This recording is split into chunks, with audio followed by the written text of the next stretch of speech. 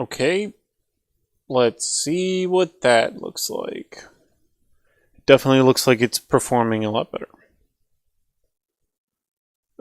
Test, test, 1, 2, 3. Let's play this video. Is a big priority for you. Yes. The demographic information for the Texas voucher program was just released, the Texas Education Freedom Accounts. And I wanted to get your reaction to that. What did you think? It's exactly what we expected. What we see is that Test, a 1, 2, lot 3, of 4, families 5, who are 6, 7, already 8, in 9, private 10. schools are applying for the voucher. That makes sense because the first hurdle you have to overcome to get a voucher is to get accepted into the private school. So many of the private schools we heard back from were sending their Test 1, 2, 3, 4, 5, 6, 7, 8, 9, 10. Which is unfortunate, right? Because if you think about it, now the taxpayer is on the hook for public schools. And Okay. Now we're cooking with Crisco. That's a phrase, right? That's a thing people say.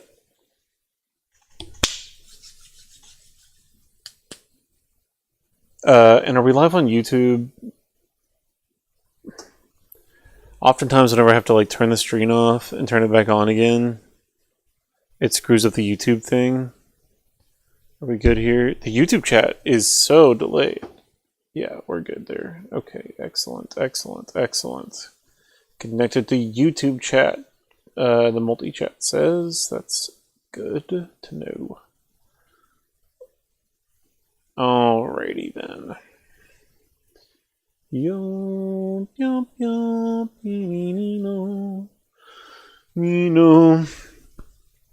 Okay, so this week I got to talk to Democratic candidate for governor, Gina Hinojosa. we know that our if you weren't aware, I work at a local newspaper here in Texas. And Gina Hinojosa came to my town and did a whole event with the local Democratic Party, the Jefferson County Democratic Party. And because I work at the newspaper, we got an email beforehand saying that she was coming. And so I emailed her comms team and was like, hey, I would love to be able to, I work at the newspaper and I do a voter guide. I would love to be able to talk to the candidate for like 10 minutes. And after some cajoling, they were like, yeah, sure, you can get 10 minutes. And so I got 10 and a half, actually. And one thing that I was really surprised by is I was nervous. I mean, like, I guess I get kind of nervous, but I'm normally, like, pretty chill under pressure. But, I mean, we're talking about, like, this is the Democratic candidate for governor, the person who would be the most powerful political person in the state. Like, all love for Tiffany Perkins. Love her. She's awesome. But she's like local. She's like here. State Board of Education is an important race, but not like a huge race like for governor. And so really the only candidate I've ever done like any kind of interview with is Tiffany Perkins.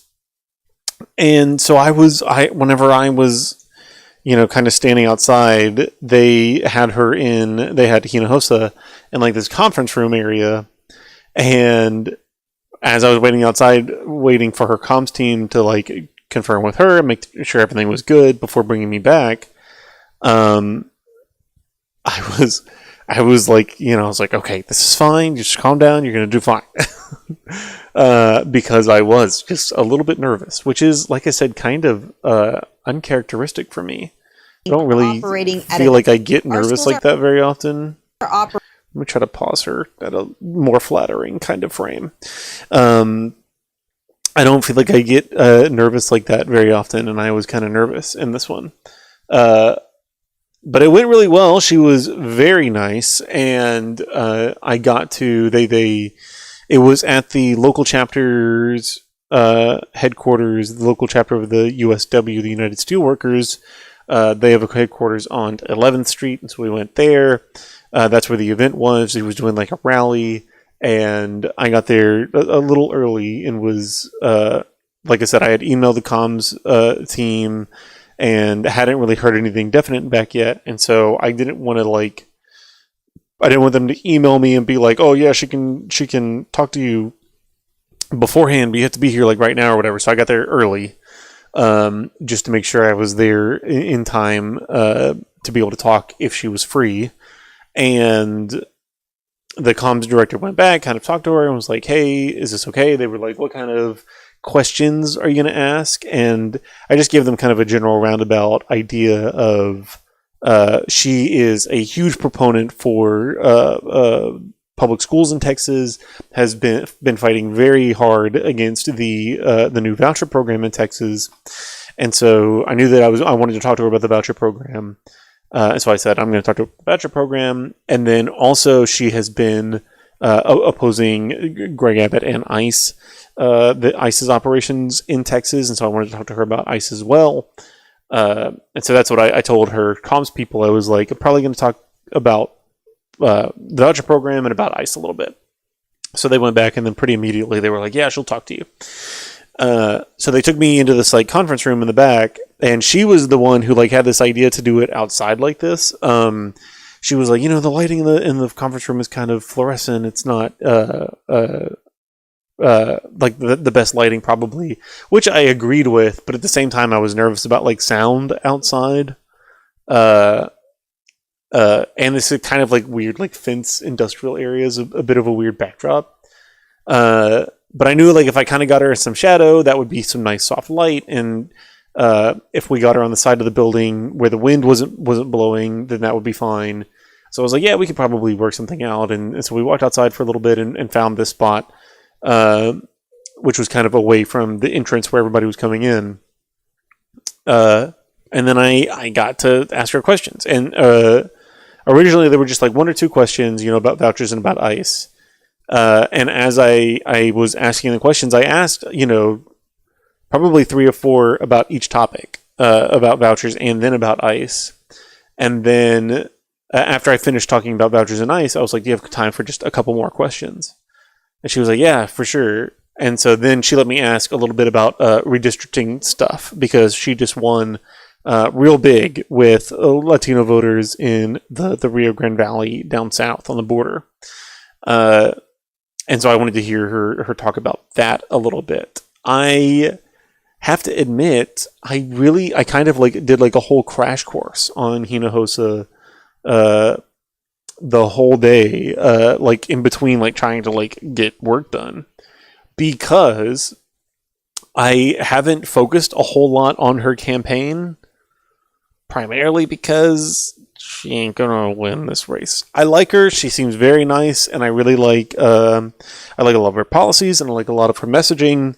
But every single poll has her more than 5 points behind Abbott.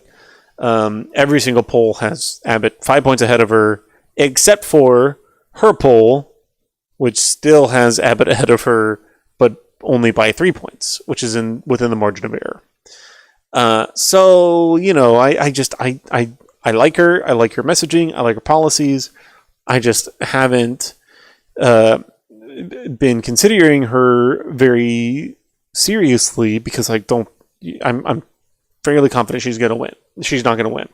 Now, that said, we are seeing a huge amount of backlash to the policies that the Trump administration is enacting, and backlash against Republicans across the board, including in Texas. And like Republicans are kind of scared right now. And so if she had any chance of being able to if she had any chance of being able to beat Abbott, this is the year that she could do it. So I'm not saying that she's definitely not going to win, and she definitely has like the best chances of being able to win this year out of all years. But still, even with that in consideration, and it can be hard to, adjust polls to account for current political moments. And so the polls might not be factoring in the fact that she, that people are so frustrated with Republicans right now. So she might end up outperforming the polls. And if she outperforms the polls significantly, then she absolutely can do this. And if she did, she would be an incredible candidate for governor. She would be an incredible governor. Governess? Whenever it's a female governor, do you call them a governess? Or no, that's not correct. Surely not. She would be a great governor. And is really exactly what Texas needs right now. These vouchers are just funneling billions of dollars away from public education in Texas right now, furthering the goal the Republicans have been pursuing for decades in Texas, which is to completely privatize all education that happens in Texas. The vouchers are a huge step in the furtherance of that goal. And so a really important person to have in the office right now is somebody who is going to direct funding or work to direct funding away from the vouchers and back towards public education, and even increase funding for public education, because as Hinojosa says in this clip, Texas public schools are dramatically underfunded. They're underfunded by billions of dollars. Some estimates have the underfunding levels as much as like $15 to $20 billion underfunded. And very understandably, people are frustrated with academic performance in Texas schools. Texas is a very poorly performing state in the country in academics. So people are frustrated by their kids' performance academically in Texas public schools. And so it's understandable that people would want some kind of shakeup. But taking that money and redirecting it towards private schools is probably the worst possible thing that you can do. And if you just keep on following that path towards increased privatization and privatization of education in Texas, then we're going to get to a point where we're paying for like education. There is no more free education in Texas. That's what's so frustrating. People are like, oh, free healthcare. We should have free healthcare. Right now, we have free child education. We don't have free college education. We should have free college education. We should have free healthcare. Right now, we have free education for children in the state of Texas, and that can just not be the case. Free education for children is a very relatively recent development in our country, and it can very much be reversed so that all education in the state is privatized, and immediately we see how much privatization of like healthcare increases inefficiency in the system and cuts people off from access to services that they need, like healthcare. In the same way, privatizing the Texas education system would make the system hugely inefficient and would cut people off from being able to access those services. In the exact same way that we're seeing certain demographics be excluded from being able to avail themselves of this voucher program. And the voucher program is absolutely the worst possible option if you have like private education or public education, or like a secret third option. The voucher education is the secret third option, which is the absolute worst option, because we have private education, which is able to, exclude anybody that they want to exclude. We don't have any level of control over their academic standards in private education. Their funding and spending is completely opaque. There is no level of democratic accountability for the leaders of private schools. But we're still paying our taxes and funneling tax dollars into the private schools. The voucher program is literally taking our tax dollars and giving it to private schools so that they can, private businesses, so that they can increase their profitability, which is absurd and ridiculous. So the voucher program is dumb and ridiculous for a whole lot of reasons, but I don't know why people don't recognize we have free education for children. It's not free, but it is as free as it's going to be. You think that private education is going to be as cheap as public education is?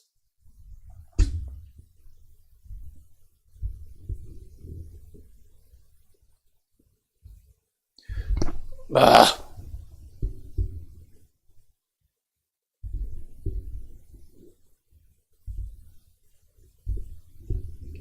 This is so ridiculous. I gotta get a new stand here. You think that private education, now it's too high.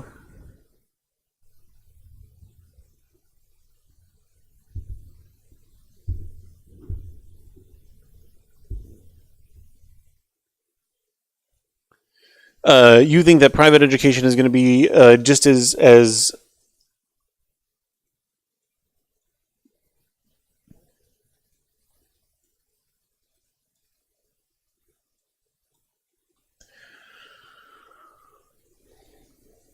the voucher program is wildly inefficient and is only serving to line the pockets of the private businesses that run private schools in our state. So it is absolutely ridiculous, and that was one of my big things that I wanted to talk to Representative Hinojosa about. If you don't know anything about Gina Hinojosa, she is a Texas House of Representatives representative for District 49 in the Austin area.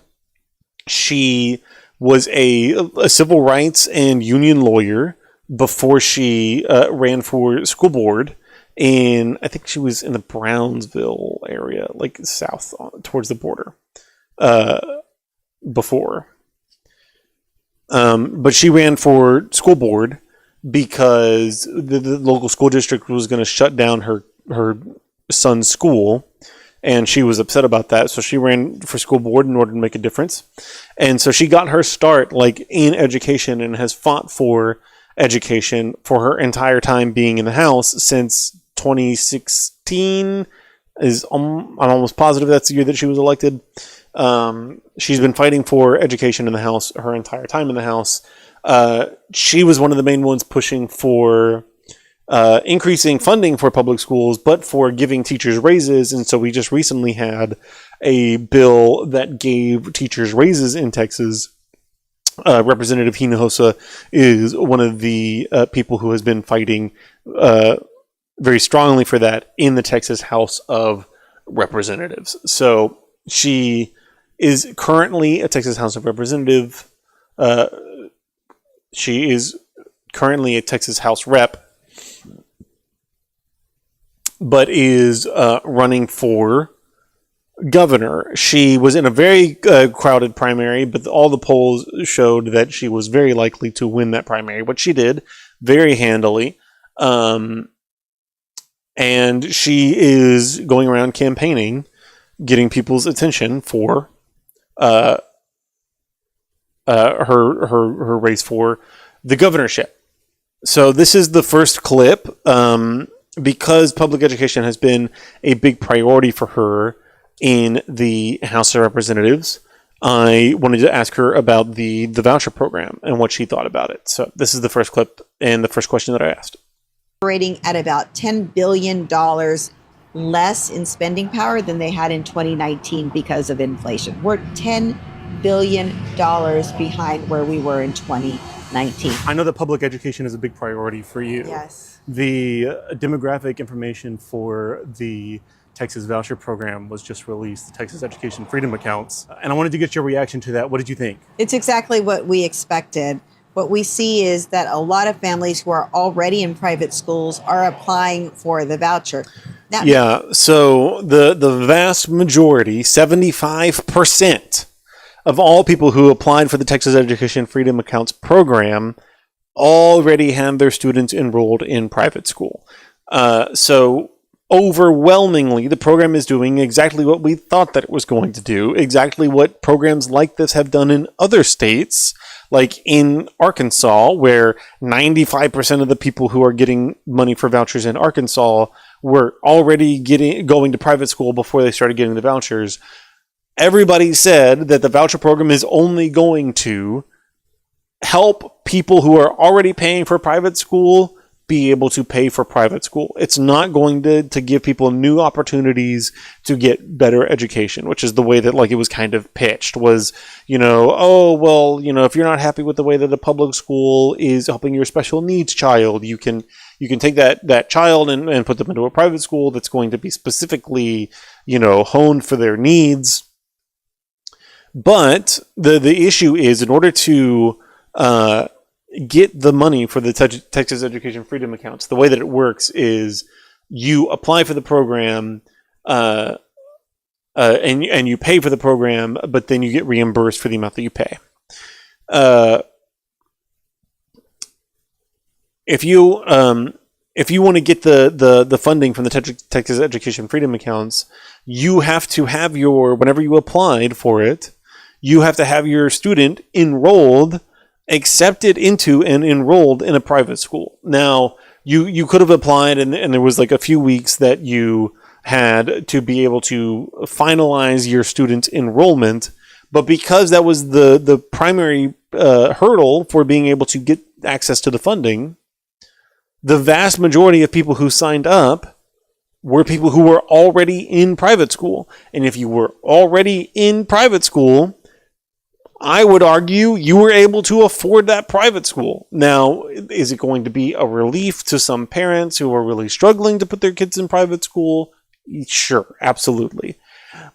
If you are able to afford private school, are you one of the people that we should be prioritizing the most to get relief?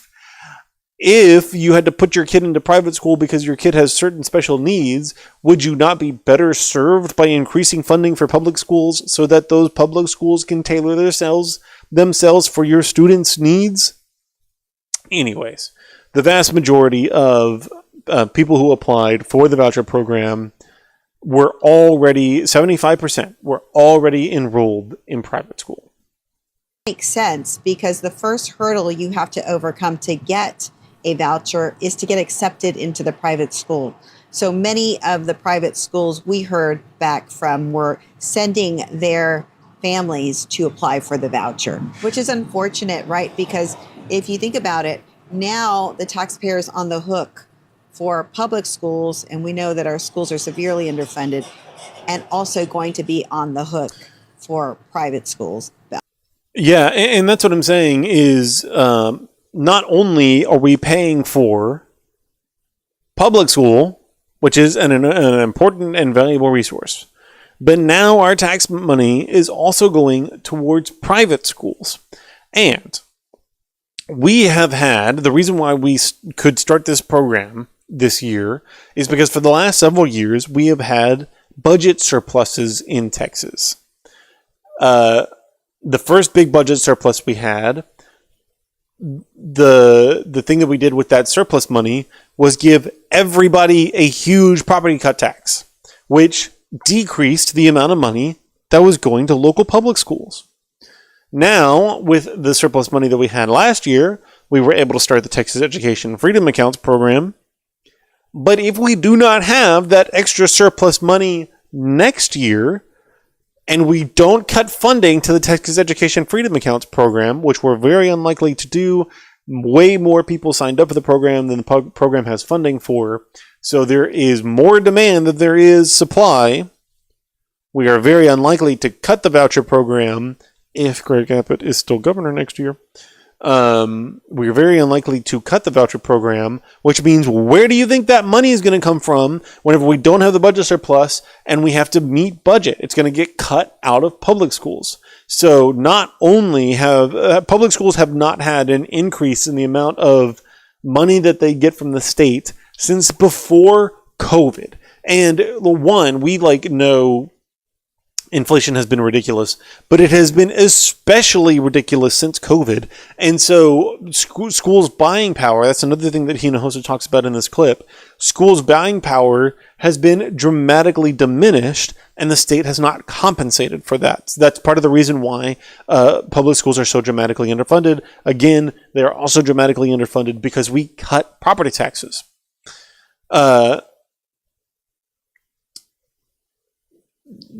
Public schools get a certain amount of money from the state for the amount of students that they have enrolled in the program. If we can't meet budget next year, the state is going to have to lower the amount that it pays out to Texas public schools, which is going to only worsen how dramatically underfunded they are right now.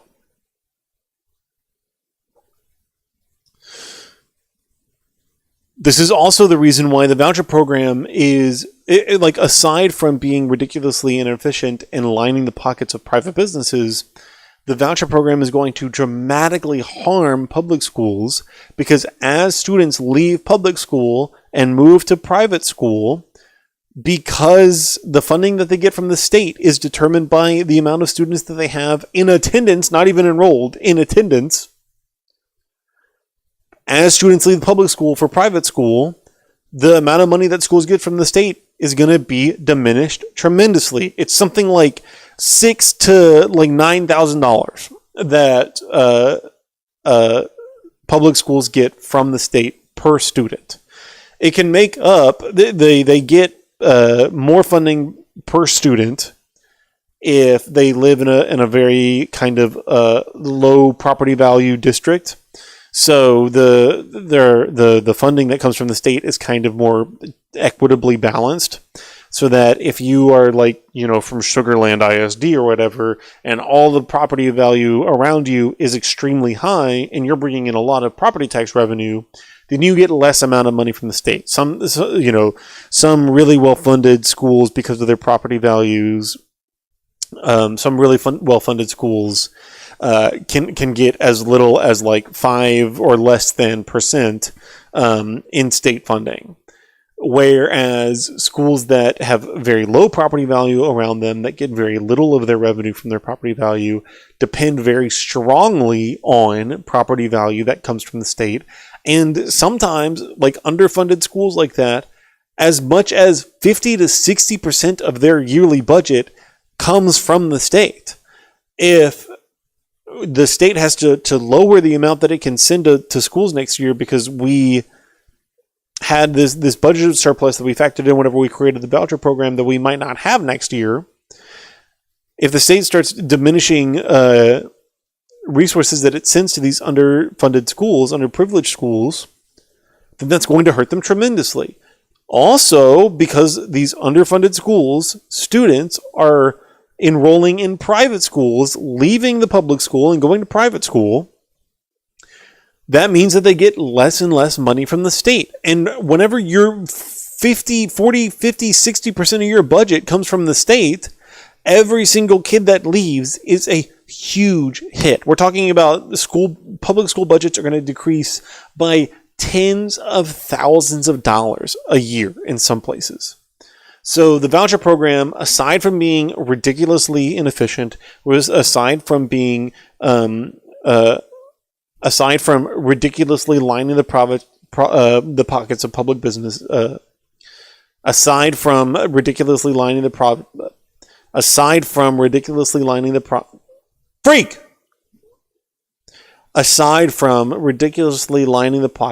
of private businesses, the voucher program also is tremendously damaging public schools, but even more so underfunded public schools. Tuition. Yeah, what is the biggest way that the voucher program is going to hurt public school funding? It takes money that we do not have away from our public schools. That is the challenge. Our schools are operating at about $10 billion less in spending power than they had in 2019 because of inflation. We're $10 billion behind where we were in 2019. So what we are seeing all over the state is schools are shutting down. Teachers are leaving in droves because they're not being paid enough. Yeah. What is average teacher salary, Texas? $60,000 a year. Can you imagine living off of $60,000 a year, working? Some teachers work 9, 10, 11, 12 hours a day. $60,000 a year. Absolutely ridiculous to deal with. You've seen kids. You've seen some of these kids are freaking monsters. You're dealing with other people's monster children for $60,000 a year, struggling to make ends meet. You think you're going to stay in that job for more than a year? Did you know that BISD, over 70% of all of their teachers have been at BISD for less than 5 years? Because people spend 2 or 3 years at an underfunded school like that, and they're like, screw this, I'm out of here. And they leave because they're not being paid nearly enough. They leave For private schools, again, it's almost like Republicans in Texas have been dramatically underfunding public schools and dramatically underpaying teachers precisely so that we can make public schools terrible so that people would be more amenable to programs like the voucher program that is just privatizing education. And it's really devastated our public schools. There's no one who's done more damage to our public schools than Greg Abbott over the last 12 years. And now with this voucher, it's just the beginning of the end if we don't turn things around. Our schools are... Yeah, it's crazy, dog. Also, another thing that's interesting here is you can see, this is my TikTok, and these videos are getting suppressed. The Ellisons just recently took over TikTok. Trump forced a sale from TikTok's original parent company, ByteDance. And so now the Ellisons have control over TikTok. We know that the Ellisons are extremely censorious. They own CBS now, and are about to own Paramount too. We know that the Ellisons are extremely censorious. We know that they are very likely going to try to censor left-leaning or liberal political content on TikTok. And I haven't really noticed that a whole lot. Like, I've been doing some of my more popular TikToks have actually been some of my political stuff. Like, let's see here. What's a good example? Yeah, this was like 10,000 views on this video of me reacting to whenever Trump blew up this bridge, which was crazy. This is 10,000 views. He blew up in, where are my likes? Oh, 854 likes. So that's like, well, I guess that's about 10%. A 1 in 10 like ratio. So like 800 likes to like 8,000 views, 900 likes to like 9,000 views, something like that.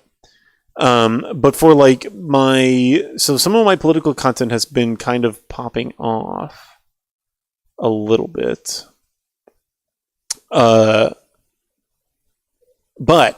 if you look at some of this video game content, like this one, this is a clip. I just needed a clip of something, so I clipped this funny moment from playing Red Dead Redemption.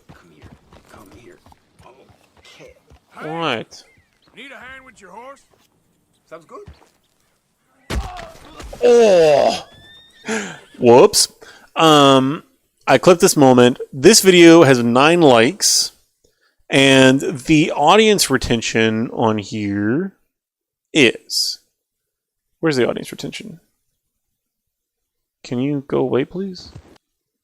No, go back. The audience retention, 9 likes. At 30 seconds into the clip, audience retention is at 5%. 9 likes, 30 seconds into the clip, audience retention is at 5%. It has 1,200 views. So that's what?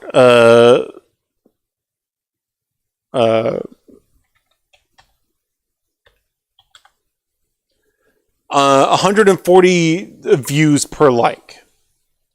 140 views per like. The 5% audience retention 30 seconds into the clip. This one has been the most popular hinojosa clip that I've seen so far, that I've posted so far.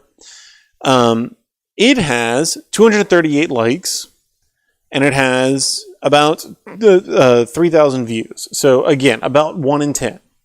If you were elected as governor... If you look at the video analytics, the audience retention at 30 seconds in, and this is a longer clip, this is a 2-minute long clip, at 30 seconds in is 27% audience retention. So this has, If you were elected... more a higher like ratio, more comments, more bookmarks, more shares, higher audience retention, but for whatever reason, this one only has 3,000 views. It has more than this one does, but the other one, we saw the ratio was 140 likes per view. This one, how many likes did this one If you were have? elected as governor... 238. 238. Yeah, this one has 12 likes per view. Heroics. Hey, buddy, how's it going? So yeah, my point here has been that my videos are getting suppressed on my political content is getting suppressed on TikTok. Yes, second one's heroics. Yeah, I got it. Once I said it out loud, I said heroics, and then I said it out loud, and I was like, oh, obviously that's supposed to be heroics. Heroics. Good hobby. I love min-maxing views. How'd you find the stream, buddy? Thanks for tuning in. Appreciate you. We are talking about. I am putting together a voter guide for the upcoming Texas primary runoffs. Homepage. So KSP. Oh no, we are not playing KSP yet, but we are going to play KSP later. But first, I'm planning on talking about this interview that I did with Gina Hinojosa.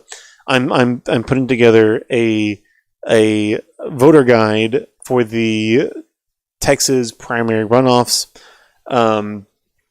and for the Texas municipal elections.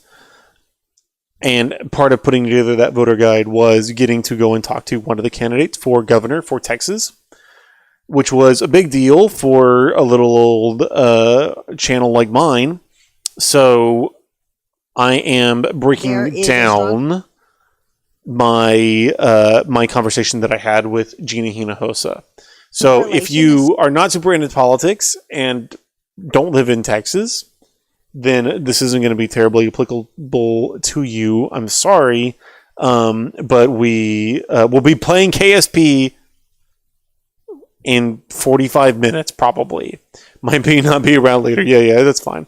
Not much into politics, but voter guides seem actually kind of nice. Yeah, if you are interested in voter guides, you should subscribe, because we are posting a voter guide.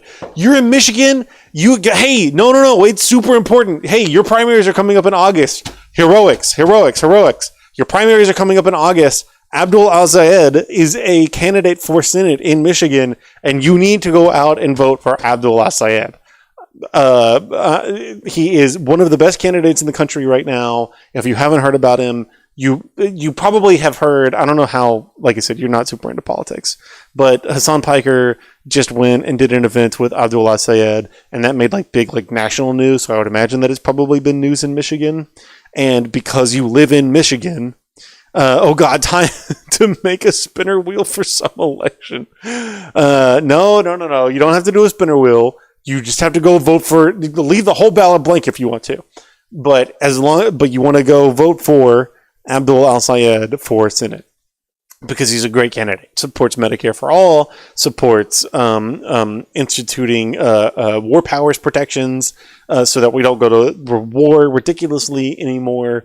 He supports free college. He was literally a doctor before and wrote a whole book on how we can actually make it possible to get Medicare for all. And he is in a statistical tie with his primary opponent in that race, Mallory McMorrow. So he needs every single vote that he can get, and you're in Michigan. So sorry, I would go move to Michigan if I had time. If they support space exploration, I'm down, Keck. He probably does, although I have not seen him specifically talk about space exploration. But most Democrats support space exploration more than Republicans do. So yeah, sorry, I can't help you out on that specific topic. But we are playing KSP in just a little while later. But yeah, I'm going to finish talking about my conversation that I had with Hinojosa. So thank you so much for checking us out, Heroics, and hang out if you want, and then we will play KSP. I also need, hey, if you're still here, I need recommendations on what to do in KSP. The last time I played Kerbal Space Program, we did a moon mission, and we landed on the moon, and then we came back. And so I think I'm doing a Mars mission this time. I saw you said it seems like TikTok is suppressing the video. May I check the analytics? Yeah, sure. These are my TikToks, and my main point was I have video game content like this. This is a pretty dry clip. It wasn't great. I was just trying to clip something out of a stream and get it posted. But this is where, you know, he gets kicked by this horse. Sounds good. This video has 1,200 views. One that did well in the interview. Yeah, so this is one that I don't know about did well, but it did okay. This one has 1,200 views. It has a 5% audience retention rate at 30 seconds in. And it has 9 likes. That is about like 140 views per like. Whereas, which is a pretty like crappy which is a pretty crappy like ratio. Like obviously people saw the video and didn't enjoy it very much, so not a lot of people were watching it. 4.64 AVD. What is AVD? Interesting. This one is so like let's go to one. So like this clip has less views than that one that we just watched. This clip of Gina Hinojosa, average view duration. Yes, thank you. This one of Gina Hinojosa has 700 views. So like almost half with that clip that I just showed you had. 700 views. It has 80 likes. So this is like more less than 1 in 10 like to view ratio. Less than like every 10th viewer liked the video. 6 comments, 5 bookmarks. I don't know how many shares it has, and the audience retention, which as I understand is one of like the more important stats on 5 Saints Interesting. Yes, is one of the more important stats on TikTok. The audience retention, even at a minute in, is like 7%, but at 30 seconds in, where that last clip was, it is 12%. Wow, 20 seconds. Yeah, so that's what I'm saying. Like, the last one was 4 seconds. This one is 20 seconds. So, just like mathematically, viewers have liked watching this video way more than they liked watching the last video, but it has like half the views. Because the Ellisons own TikTok now. The Ellisons are conservative billionaires. Donald Trump made ByteDance sell TikTok. The Ellisons bought it. The Ellisons control CBS. They're going to control Paramount soon. They're going to control CNN. And the Ellisons have been very censorious in the past and seemingly are being censorious on TikTok as well. I've seen other content creators talking about it, but I feel like I haven't really seen that a lot myself until I posted these Hinojosa clips. The Hinojosa clip sat at 0 views for probably an hour, almost more than an hour. Before they finally kind of started getting some views. So it makes me think that there's something about like either like maybe Hinojosa's name or like I put like hashtag like Texas politics on it. There's something about the video that I think flagged it for like review, and then somebody looked at the video and was like, oh, this is Democratic political content. And then they put it in a category of like, give this video less views, and then it started getting views. Because like I said, it didn't get views for like over an hour before it got even a single view. It is right after a bunch of gaming posts, though. That is true. In my experience, I feel like there's not a lot of, you know, second or third hit viewers that you get on TikTok. Like, because there are hundreds of thousands, millions of TikTok users, and TikTok just gives it to people randomly, you're not going to get a whole lot of repeat viewers, I feel like. So I have always felt that it's not a huge issue to kind of switch it up and do some politics and then some video game content. But I do know that, like, if people who like watching video game content get some of your video game content and they like that video, TikTok like remembers, oh, this person likes video game content, they liked this guy's video game content, so whenever he posts video game content, let me show it to them. So maybe that's part of the issue too. But I go between like posting about politics and posting about video games like all the time. And some of my video game content, like let let's see. Like these are like Ocarina of Time clips that I posted. 400 views, 200 views, 200 views. But then I posted like political content. This one has like almost 2,500 views.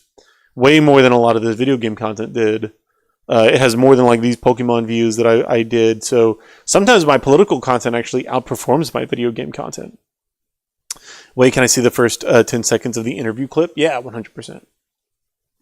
There is a strong correlation, a strong relationship between race and poverty and income in this country and in this state, right? That's just real. Our public schools have a lot of work to do to also undo some of that segregation, but this makes it worse. In the demographic information for people who applied for the Texas education. So I tried to cut a more interesting part of her question and front load that so that the first thing that people saw wasn't me off camera asking a question. So that's the first 20-ish seconds.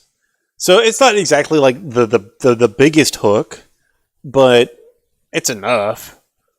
The ice one is the one that, like, out of all four of them, the ice one is the one that's kind of been popping off. But even this one, like I said, like let's find another video that has a similar amount of views. So this is a clip that I did promoting the last Kerbal Space Program stream that I did. It has 25 views. It has 8 likes. 8 likes and 1 comment. This one has 2,900 views. If you were elected as governor, has 238 likes, 27 comments, 11 bookmarks. Like, similar view counts. The audience retention on this one now at 2-second average watch time. 2-second average watch time. No. I'm live right now. And the average watch time on this one. If you were elected as governor, what? Yeah, 26-second average watch time. That's crazy. Same amount of views. That's what I like. Like, it just. Elected as governor. There's no reason why this one has the same amount of views as that one whenever this one is performing so much better than that one is. So I feel like this is relatively conclusive conclusive evidence that TikTok in some way behind the scenes is throttling certain political content if you post it in such a way that triggers like the automatic flags like for TikTok behind the scenes. Also, when it hits a broader audience, AVD drops a little, but I doubt it hit an audience broader here. Yeah, 100%. Audience barrier here. Also seems like there's too much variance across all the videos as well. Maybe too much text on the thumbnail. Yeah, maybe. That's a difference here where I put a lot on there because I wanted to let people know what the video was. I didn't like record like an intro for it or anything. So maybe there's a lot of text. There's a lot of text on this one though. Right now playing, and this one got more views than this one did. I'm live with only 6 likes. And there's a lot of text on this one that I just posted to promote this stream. And it's got 4 likes in less than an hour. 200 views. So maybe something about the text it doesn't like.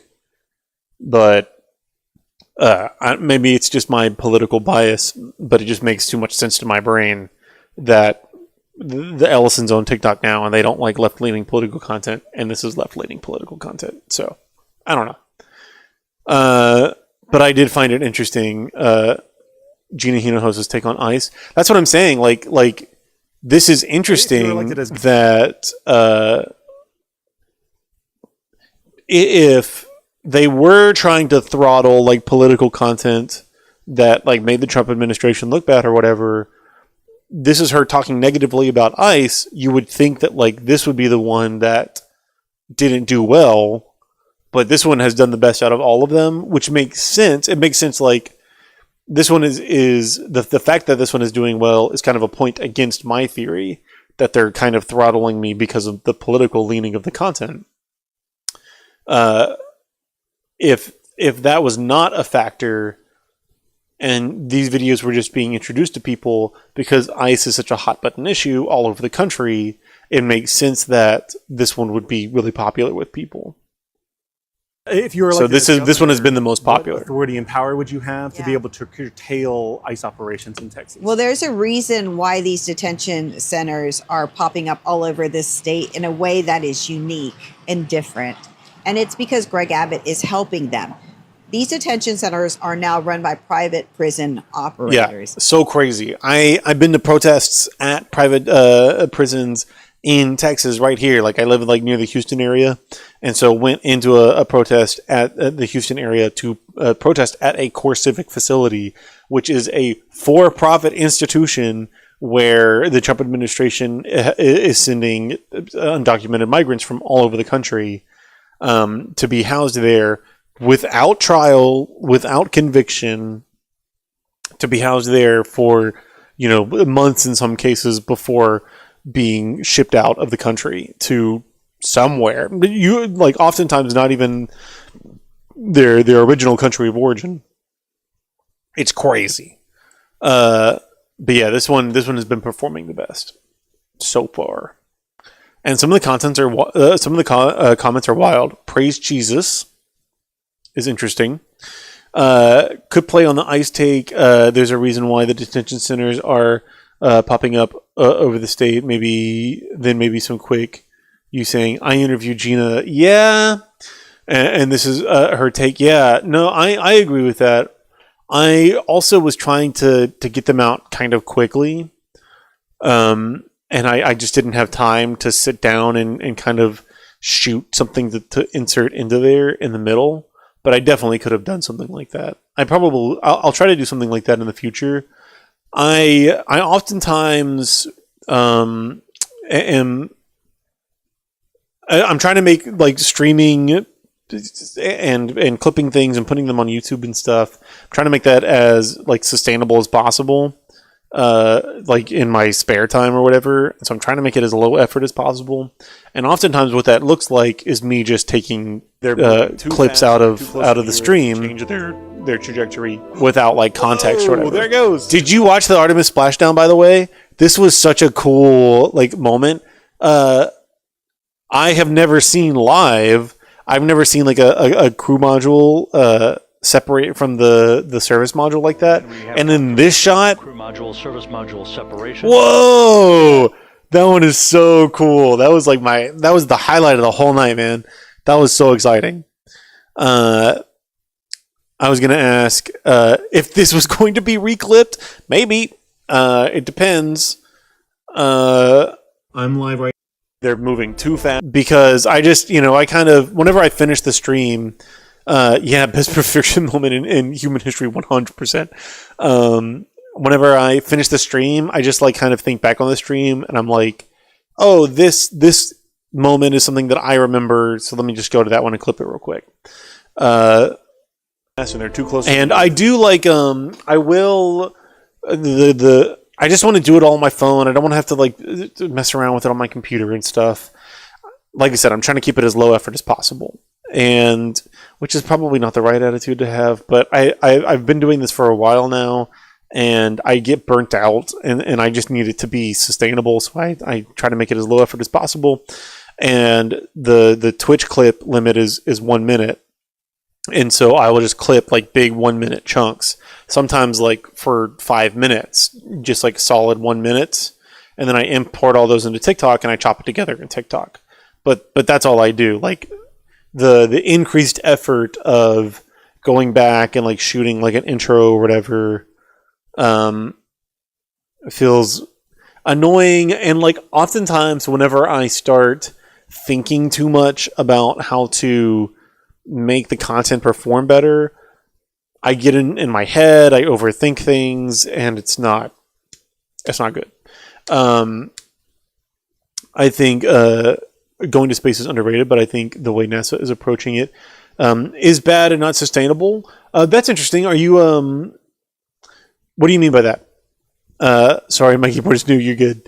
What do you mean by that? Because I feel like some people, whenever they say that, they mean that NASA, because it is a government agency is like inefficient, and therefore we need to offload space exploration to private companies like SpaceX or Blue Origin. And I very much disagree with that sentiment. I think that we can reform the way that we do space exploration and the way that NASA is funded and the way that like NASA gets locked into contracts and stuff. Like SLS is dumb. SLS is a terrible rocket, and the whole reason why SLS exists is because Ares was way over budget, and we wanted to be able to put something together that still retained a lot of the manufacturing that happened for like the space shuttle.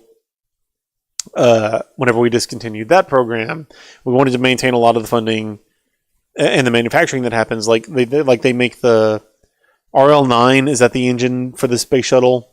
They make those engines like in Alabama or something, and the senator for Alabama doesn't want to lose that manufacturing facility from Alabama, so we need to keep on making the RL-9, if that's the name of the engine. We need to keep on making that engine, and so I don't care how you make it work in the future on this new rocket, but that engine has to keep on being manufactured. That's dumb. That's a really stupid and silly way of going about getting NASA contracts and moving forward on missions. But I think the solution there is reforming NASA and reforming the way that those contracts happen, not offloading space exploration to private companies, because, and I have reasons for that, but somewhat, the take on the government funding, I feel like competition is actually pretty healthy, and in such a costly expedition like this. That's true to an extent, but I feel like space exploration is a industry that is just ripe for monopolization. Like it's hard to say that, how many space exploration companies are there, especially like how many space exploration companies are there that are getting like consistent contracts with like the American government. 2, SpaceX and Blue Origin. That's all I can think of at the moment. And we saw, SpaceX and Blue Origin get awarded for the human landing system for Artemis, and Starship is an interesting rocket. It is a very interesting system. It's a very ambitious system, but in no way is it anywhere near ready to put people on it, 1. And 2, for a moon lander, like the idea of landing 10-story tall Starship on the surface of the moon and not having it fall over, 1. And then 2, bringing astronauts from the crew cabin on an elevator down the side is preposterous. Like the SpaceX HLS is ridiculous, but the reason why SpaceX gets that contract is because they have a monopoly on the industry. Alpaca, what was that company? Dynetics. Their HLS was really cool. I really liked Dynetics lander. I thought it was really well designed. It was way more functional, way better, had way more consideration for like what it's actually going to take to land on the moon than SpaceX and Blue Origin had, because they're a little tiny company. They can't offer the same kind of discounts to the American government, and they can't offer the same kind of contracts to the American government, and so they don't get that contract. Even though I think Dynetics, and I'm obviously not like an expert in this field at all, but I think Dynetics had the objectively superior lander, but SpaceX got the contract. And SpaceX now doesn't feel any need to hurry up and fulfill that contract, because they know who is NASA going to go to. Blue Origin? Okay, maybe. And then who after Blue Origin? Nobody. The only game in town is SpaceX. And so I understand that competition can help foster some level of innovation, but that like capitalist competition fosters innovation at a very small level, once companies get big enough, their entire goal becomes to minimize competition as much as possible so that they can maximize profitability as much as possible. That's just a fundamental law of capitalism. And when it takes so much overhead to become successful in any kind of private space exploration venture, then you're talking about a market that can never start operating at that small level where competition is healthy. It immediately jumps to the level where we need to figure out how to get rid of competition as much as possible. I think a lot of, true, Elon seems like he's trying to take the cost down regardless if there is competition or not. I think a lot of that is just for media exposure, but that's just to take the cost of entry becomes impossible. Yeah, it becomes really difficult. And like I said, I think Elon's an insane person, but I think SpaceX is doing interesting things, and I think SpaceX, I think that Starship is a really cool design. I love the idea that, like, from the ground up, the rocket is designed with reusability in mind. The Falcon 9 is an unbelievably well-made rocket, and hugely pushed forward the science of rocket reusability, which was absolutely a necessity to make going to space more sustainable. But that was kind of in the phase where SpaceX needed to be competitive and earn government contracts. Now that they have them, they don't have to be competitive anymore. And so you see, Starship is a hugely ambitious system to produce. But you see, like, the difference between Falcon 9 development and Starship development. Starship is going way slower and has made far less progress than Falcon 9 had at the same point in its development. I think NASA should take reusability route 1,000. What is that? 10,000%. Yeah, I 100% agree with that, and I think that NASA can't pursue reusability right now, primarily because they're locked into manufacturing contracts. Got to go in a sec. You're good. Don't worry about it. NASA is locked into manufacturing contracts because of the way that NASA is funded. So if we reform the way that NASA gets funded, then we can help solve a lot of those problems. But Heroics, thank you so much for hanging out, buddy.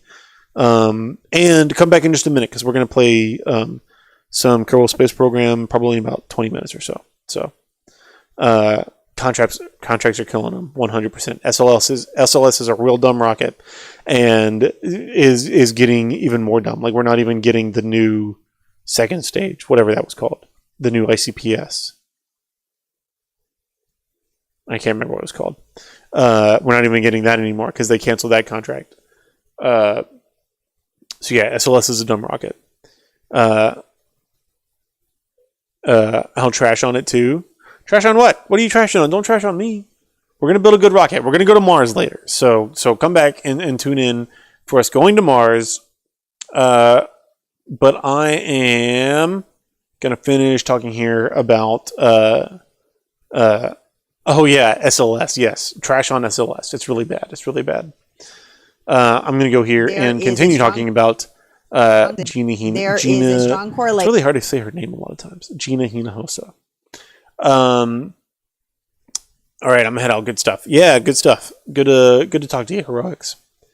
Let's pause this on a more flattering... Strong relationship between...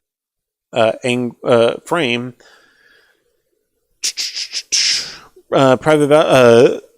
So another really a terrible consequence, side effect of the voucher program is it's increasing the level of racial segregation that exists in Texas schools, and the level of racial segregation in Texas schools is already ridiculously high. In a state that is, I actually don't know this. Hold on.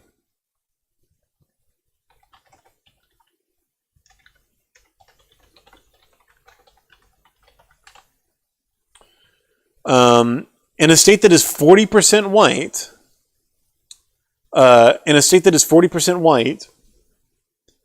Texas is a state that is 40% white.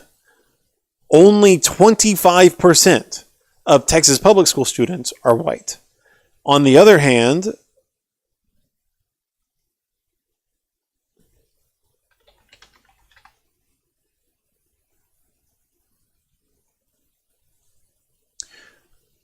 On the Texas is 40% white.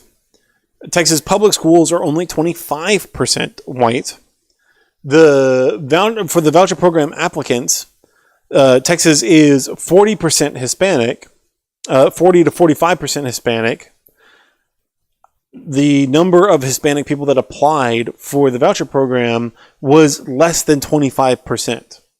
The number of white people that applied for the voucher program was more than 40%. So already, like the ratio of not 6-7, the ratio of Hispanic people to white people in Texas public schools is already dramatically segregated. You have very few white students in Texas public schools. You see a lot of those white students going to Texas private schools. And because the voucher program is only working to make it easier for people who are going to private school right now to go to private school in the future, you are going to see the voucher program increase that racial segregation that exists in Texas public schools right now, not decrease that. Between race and poverty and income in this country and in this state, right? That's just real. Our public schools have a lot of work to do to also undo some of that segregation, but this makes it worse. In the demographic information for people who applied for the Texas Education Freedom Accounts, we know that more than the majority of Texas public school students are Hispanic, but only 23% of people who applied for the Texas Education Freedom Accounts are Hispanic.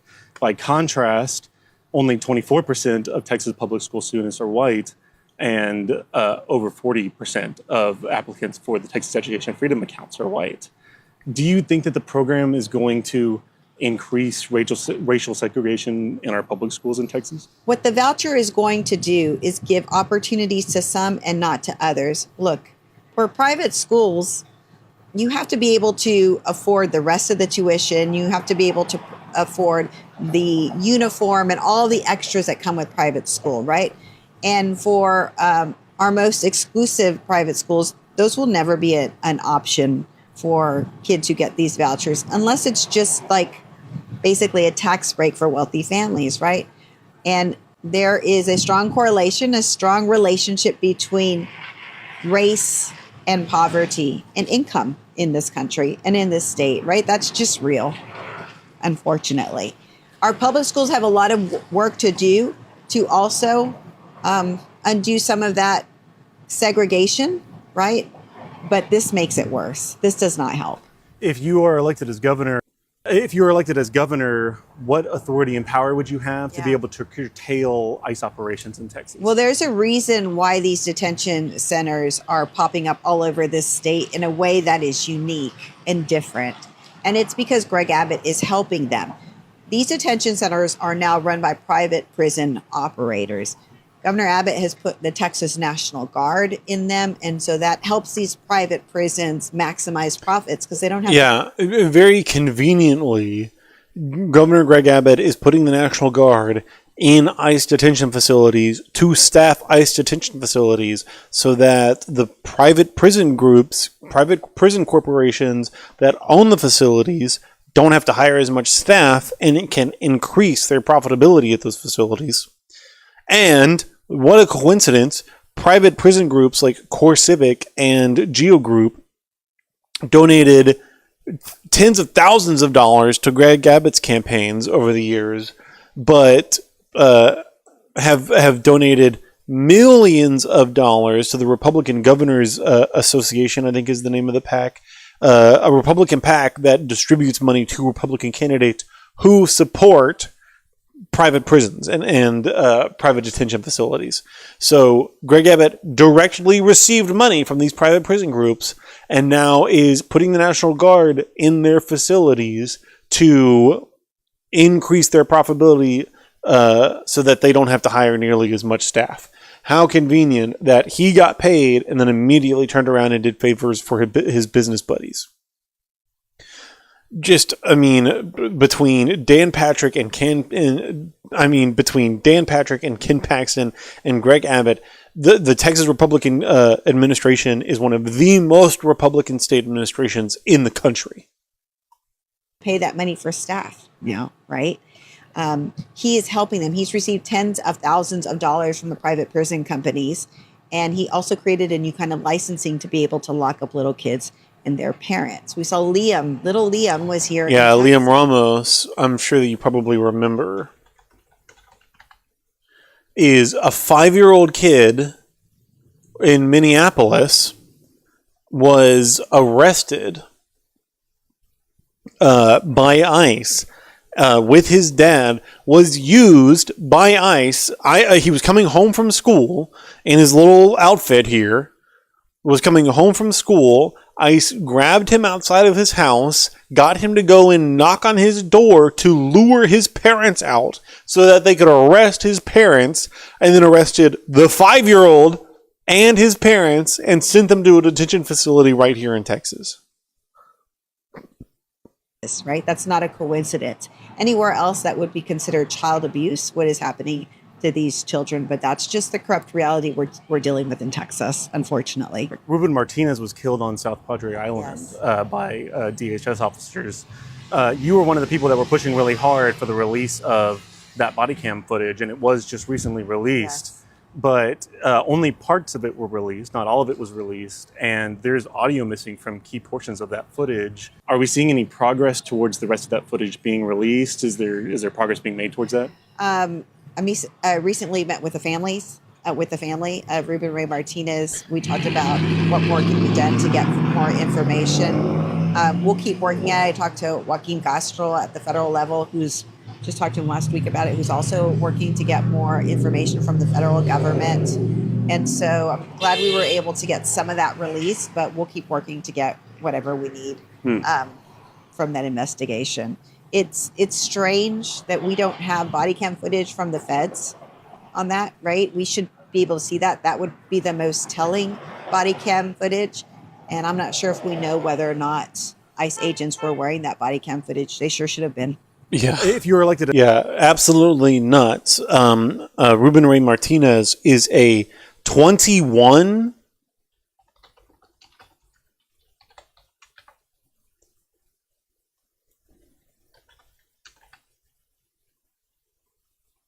23-year-old kid was on South Padre Island for spring break.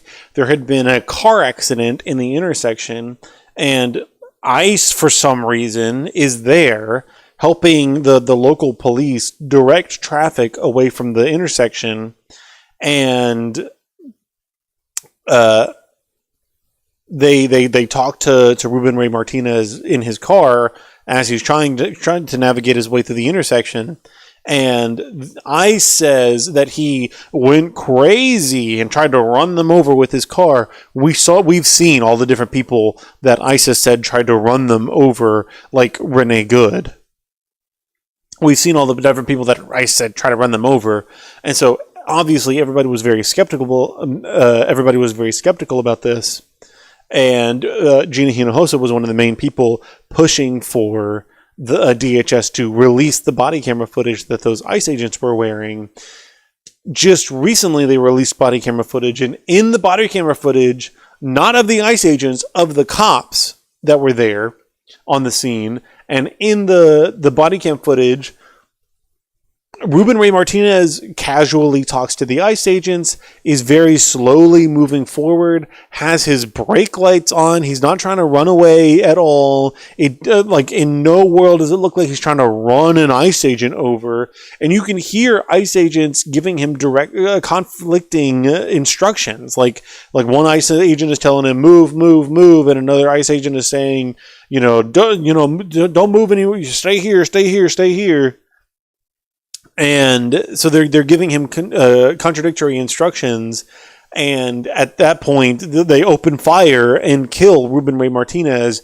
Nobody knows. They didn't tell anybody that I think that they issued like a small press release in the area, but didn't say that DHS were the people that killed him, that ICE were the people that killed him.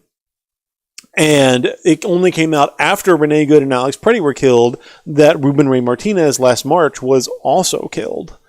And Uh, there was another person in the car with Ruben Ray Martinez. He was the main witness that was saying in no way was Ruben trying to run an ICE agent over with his car. And now he's dead. The only witness in that case, Ruben Ray Martinez, was killed by ICE. The only witness in that case that was also in the car with him was just recently in a car accident and is dead now. So who knows what's going to come of that case. But Gina Hinojosa is here talking about how she's in contact with Ruben Martinez's family, still working with the federal government to try to get answers about that case. Latino families, like most families in Texas, are very angry about what's happening in this country and in this state. You were part of the 53 Democrats who broke quorum to prevent Donald Trump's gerrymandered redistricting bill from going through here in Texas. Recently, whenever they redrew those districting maps, they were trying to take advantage of gains that they made in the Latino community throughout the Valley. Here in the primaries, we saw Latinos come out, en masse for Democratic candidates. Do you think that maybe that redistricting map is going to backfire on Republicans? I think they kicked themselves in the rear. What we're seeing is that Latino families, like most families in Texas, are very angry about what's happening in this country and in this state. Right? Yeah, so in 2024, Latinos swung big. Huge portions of the population swung towards Trump, but Latinos swung big towards Trump, especially Latinos in the Rio Grande Valley along the southern border. And so Trump, once he got into office, pushed really hard for Texas to redraw their district maps, to gerrymander their maps, to try to take advantage of the gains that Republicans had made with the Latino community in the Valley, on the southern border. Greg Abbott pushed that through, shoved that through, to get that passed for Trump. In order to fight against getting that passed, 53 Democrats fled the state to break quorum so that they couldn't take a vote to approve the new map. Gina Hinojosa was one of those Democrats who fled to Chicago and broke quorum. One of the things that I wanted to ask her, she just got fined. So the Texas government said, I can't remember exactly which committee it was, something House Administration Committee, something like that. They just fined her and the 50 other Democrats $8,000 for breaking quorum, which is ridiculous. And some Democrats have kind of indicated that they might not pay it as another form of protest. Interestingly, I wanted to ask Hinojosa if she intended on paying it also, and I forgot in the moment. I did not ask that question. So I'm curious if she is actually intent on paying it. But Donald Trump wanted to redraw the district maps to take advantage of the gains that he made with the Latino community in the 2024 election, shoved that through, shoved that to Greg Abbott. He shoved that through the House and the Senate. Democrats, in order to fight it, tried to flee the state. They're being fined $8,000 now. But they did actually pass the redistricting map to gerrymander Texas. But now, after ICE has been running rampant all over the country, especially in Texas, and because Donald Trump is unimaginably unpopular right now because of tariffs and the economy and the war in Iran and gas prices and ICE and the Epstein files and everything else, because Trump is unbelievably unpopular right now, you're seeing Latinos swing back towards Democratic candidates, and Gina Hinojosa won 70% of the Latino vote in the Valley. And so if she does have a shot at winning against Greg Abbott, again, every poll has Greg Abbott ahead of her by at least 5 points, except for her poll, which still has Greg Abbott ahead of her, but only by 3 points, which is within the margin of error. If she's going to win any year, because of the way the Latinos are swinging for Democratic candidates, and because of the way that the Democratic voters are coming out en masse, she might actually have a shot this year. We'll see. We'll see. I'm intrigued. I'm excited, but I don't know. Okay, that's enough. That's enough clip farming. Streaming to no one. Let's play Kerbal Space Program. We're gonna go to Mars. Hey, it's Jaden. I'm here. The Trump versus Pope drama. We can talk about the Trump versus Pope. Did you see? So, did you see what started it all? Which was the Pope. Let's pull up the statement. It is crazy. It's wild. He is nuts.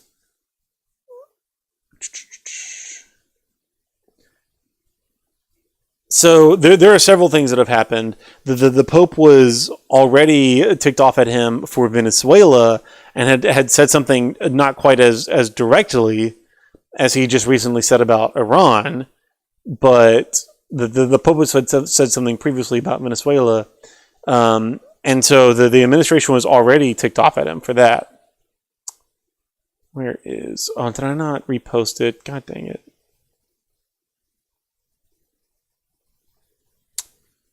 I just have Trump. The Pope said that he didn't support the war.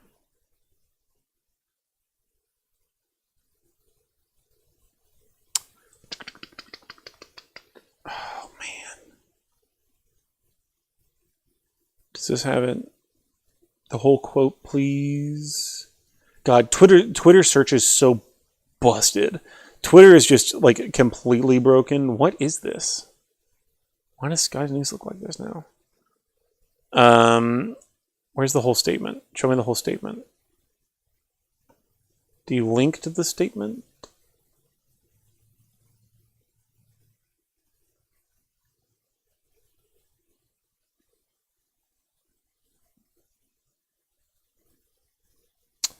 Oh man, come on now.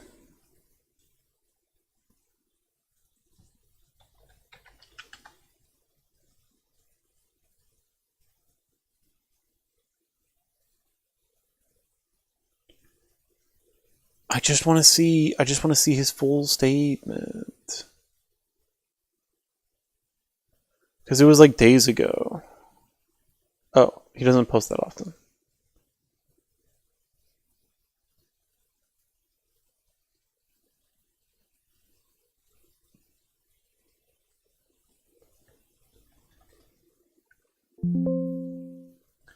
I don't know. I'm not going to be able to find it, of course.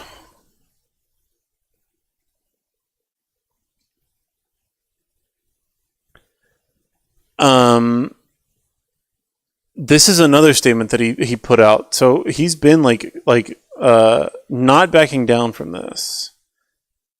Are you going to have it? Can you just show me the statement, please? Of course, my whole OBS is going to crash. Are we back? No, we're not back. Oh yeah, it does seem like we're back. Yeah, okay, we're back. Good.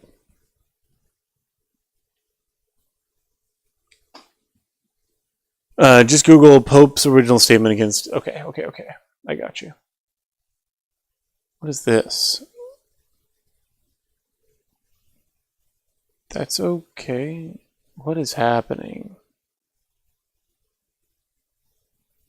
Ay. I've got to get a new computer, man. This is getting ridiculous. It's not even going to load. So my OBS just crashed because I tried to open Kerbal Space Program.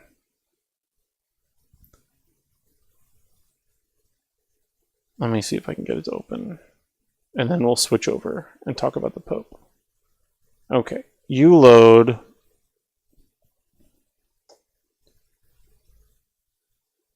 Do I still have footage from your wedding? Yes. Yes. You never got it. You never came in and got it from me. So I should still have it. I have not put my eyes on it in a couple of months, so that's the only reason why I hesitate, but I'm 99.9% certain. Amazon order a drive to your house? Sure. That'd be fine. And I can put it on that drive, and then you can pick it up the next time you're here. That would totally work. But you're going to need a big drive. Did I text you how many gigabytes it is? Because it's a lot. Let's see.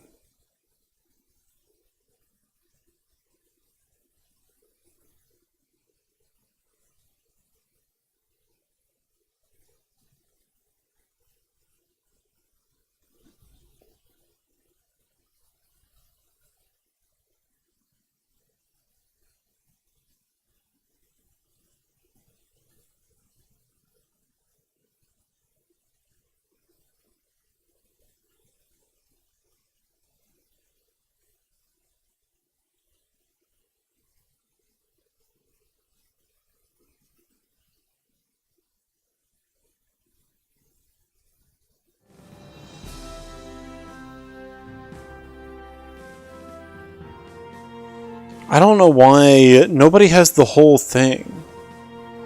I thought he posted it on Twitter.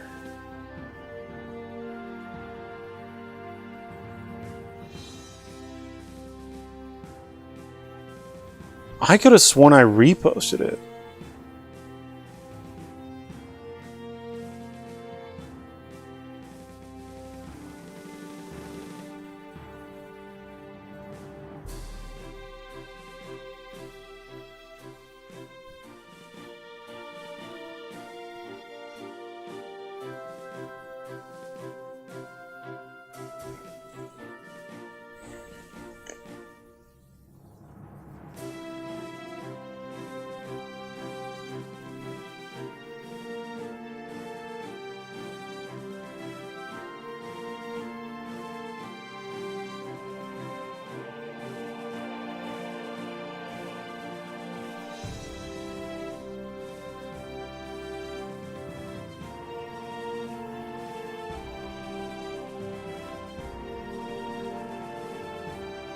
I can't find it. I guess it was in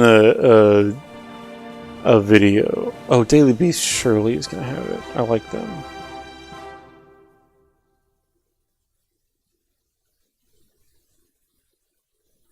Yeah, let's do this. Let's try this one. Yeehaw. Yeah. Okay.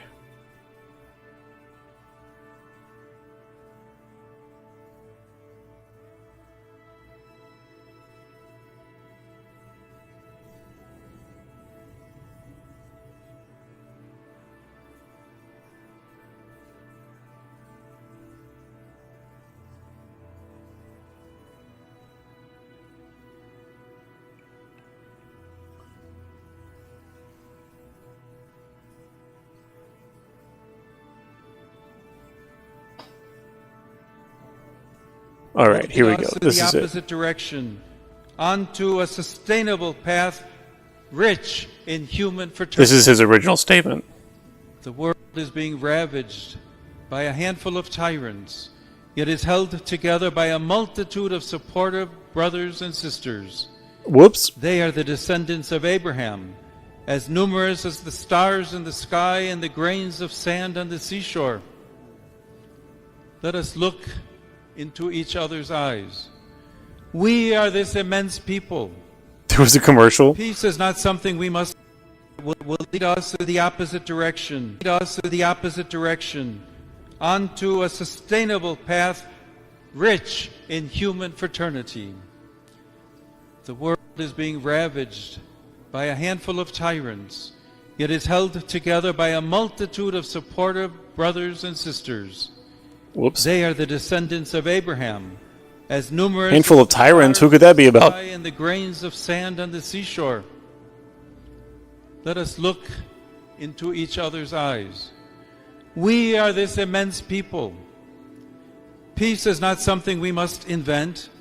It is something we must embrace by accepting our neighbor as our brother and as our sister. That's it. That's all he said. That, like, very, very benign statement. Very, like, also boilerplate, like, Pope things to say. Those are just things that the Pope says. And so this is Donald Trump's reaction to Pope Leo calling him one of the handful of tyrants.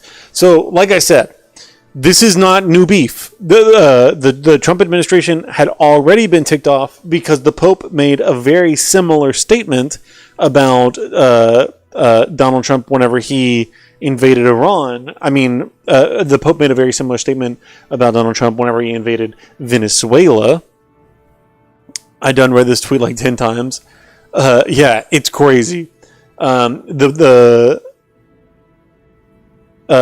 made the Pope made a very similar statement whenever Trump invaded Venezuela and kidnapped Maduro. He said something like, "Oh, we shouldn't be going to war. People shouldn't be going to war." Blah blah blah blah blah blah. And so that was a while ago. Remember, months ago, whenever we invaded Venezuela. And so the Pentagon summoned the Pope's ambassador to the United States, the Vatican's ambassador to the United States, to the Pentagon to have a not so pleasant meeting with him. This is reporting about that meeting. The Pentagon summoned the Pope's ambassador to a closed-door meeting and threatened him. Named official on record. Undersecretary of Defense Elbridge Colby called Cardinal Christopher Pierre to the Pentagon and delivered this message. The United States has the military power to do whatever it wants in the world. The Catholic Church had better take its side. That sounds like a threat to me. Then, a U.S. official invoked the Avignon papacy, the 14th century moment when the French monarchy used military force to physically remove the Pope from Rome and bend the church to its will. The Vatican understood the reference immediately, obviously. The Pope's planned visit to America for the 250th anniversary celebration was canceled. And then something remarkable happened. The Pope didn't retreat. He pressed harder. He called the war unjust. He called Trump's threats unacceptable. And he told Americans to call Congress. So the Pope had already made his criticisms back whenever we invaded Venezuela. We threatened to militarily invade the Vatican or something. This is crazy behavior for a Red Cross doctor. Yeah. Threatened to militarily invade the Vatican or something. And so that's why, like, Trump had this, like, huge blow-up response to the Pope's seemingly relatively benign statement, because they've already been beefing. Like, he doesn't like the Pope as it is. So yeah, Donald Trump says Pope Leo is weak on crime and terrible for foreign policy. Weak on crime? The Pope? The Pope? Are you talking about, like, the Catholic Pope? He talks about fear of the Trump administration, but doesn't mention the fear that the Catholic Church and all other Christian organizations had during COVID when they were arresting priests, ministers, and everybody else for holding church services, even when going outside and being 10 and even 20 feet apart. What are you talking about? COVID? 6 years ago, COVID? Crazy. He's a psychopath. But he knows that all he has to do is mention how, oh, remember COVID, my insane supporters? Remember COVID and how much that broke all your brains? And immediately they switch their chip in the back of their head, and now they're all against the Pope. Now they all hate the Pope now. Meanwhile, you got Pete Hegseth quoting Pulp Fiction in sermons as the Bible. Is beset on all sides by the iniquities of the selfish and the tyranny of evil men. Blessed is he who, in the name of camaraderie and duty, shepherd the lost through the valley of darkness. Crazy.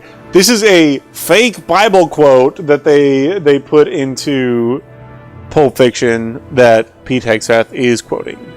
In his sermon, at the Pentagon because they do that kind of thing there for some reason. It's crazy, dog. It's a wild time out here. It is a wild time out here.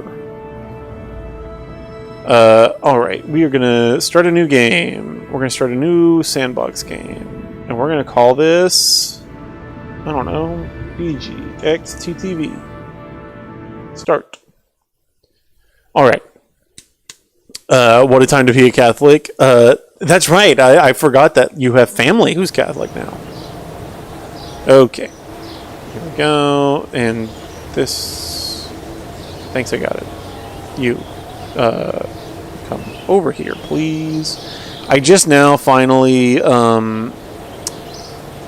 installed all these mods for Kerbal Space Program, and because God forbid, I didn't have time to install some mods, and I just installed KSB2 real quick and played KSB2. God forbid I play a little bit of KSB2. Everybody on TikTok went crazy.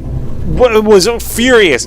I have my most viewed TikTok right now on TikTok has almost 600,000 views and hundreds, if not thousands, of comments at this point.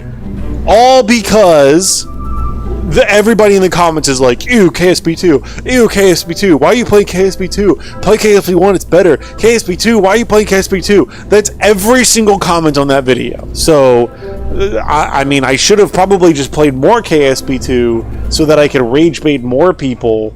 Oh, come on. So that I could rage bait more people because they were all very upset with me. Okay, what we need here is to build a ship. God, this is going to be freaking hard. Let's build a lander first.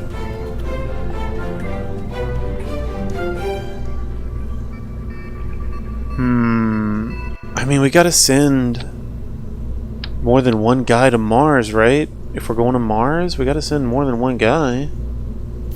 How do I do that? How do I... Oh, like this. I see. Okay. I gotta relearn. I haven't played KSP2 in so long. Okay.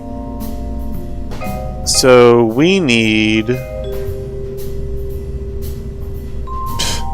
We need this to get us all the way back to Earth. Oh no, we don't want this. We don't want this. Oh no. Yeah. Yep. Let's do this. We're only gonna send one guy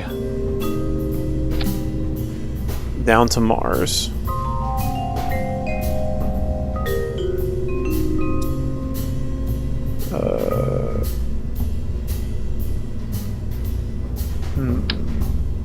Oh, that's small.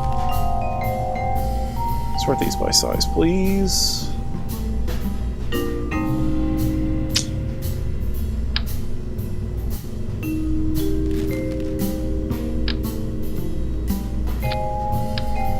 That's not it.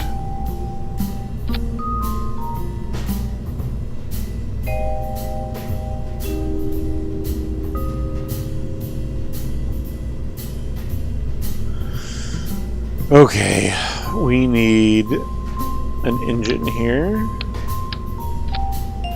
and we want to change this to DUNA, which is Mars. So this is more than enough thrust to weight to get us back into orbit.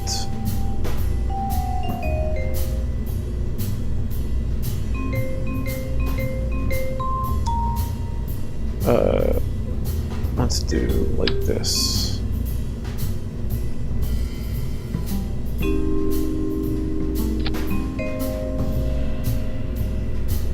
More than enough thrust to weight again.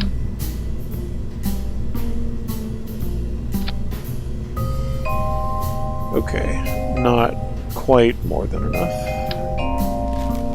Give me this, actually.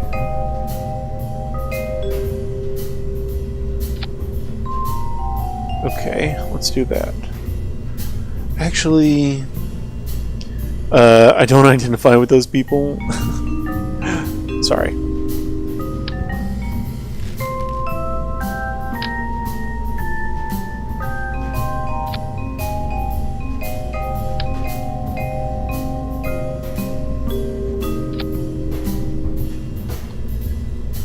What is the gimbal on this? Does it have gimbal?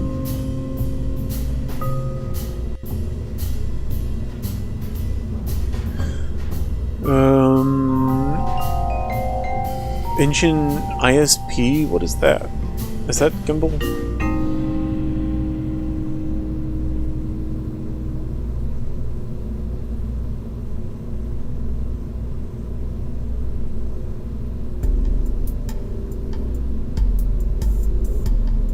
No. ISP is like engine efficiency.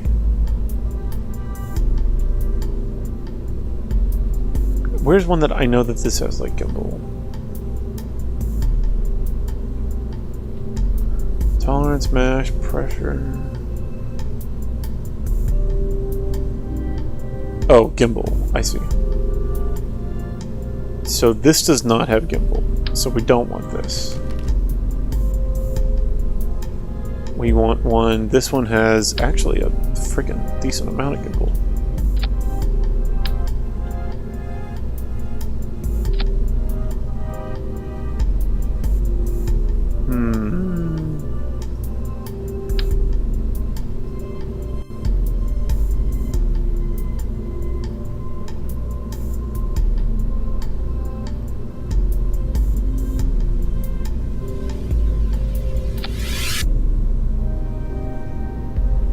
Okay, that'll be enough.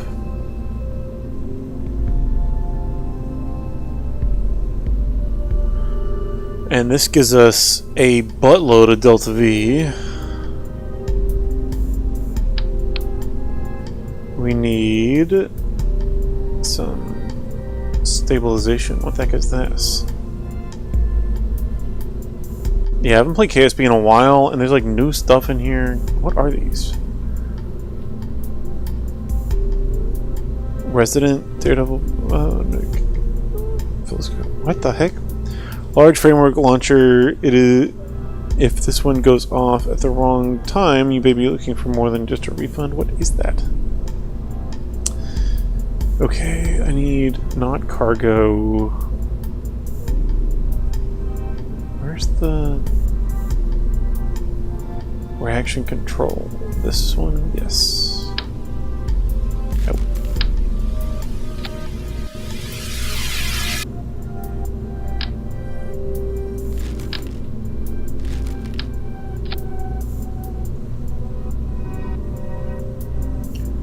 Okay, and now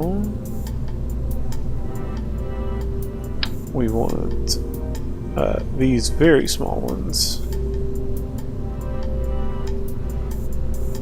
to go like this, probably. Where is my mass?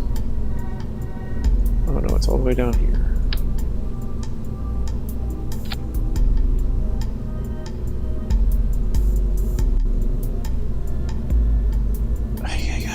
We really don't want to bring a whole lot of monopropellant here.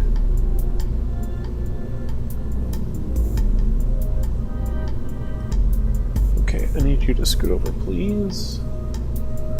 Liquid fuel, liquid fuel, liquid fuel, drain valve. I don't want that. I do want this little tiny bit of monopropellant.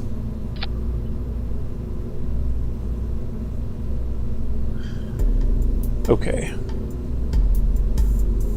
So now this is going to get us back up into orbit.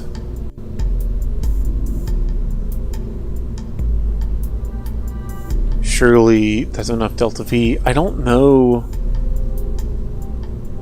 how much Delta V I need. We need a docking port.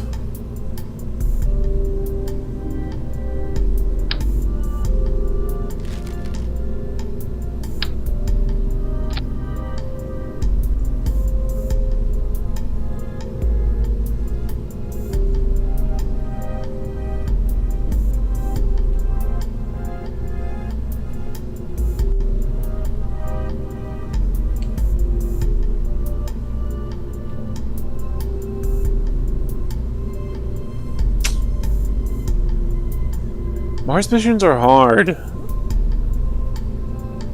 because I don't want to. I don't know how much like Delta V and stuff I need. Delta V is the like phrase for how much you can change your velocity. The delta symbol is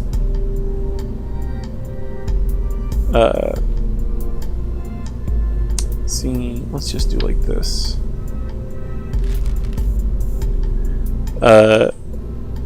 The delta symbol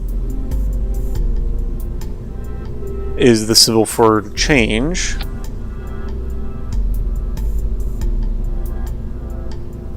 See, even this is enough for vertical takeoff from DUNA.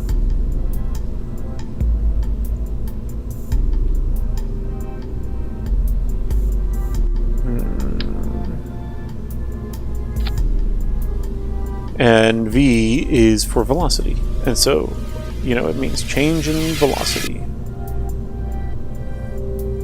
And so I need to know how much delta V, how much I need to change my velocity. I need I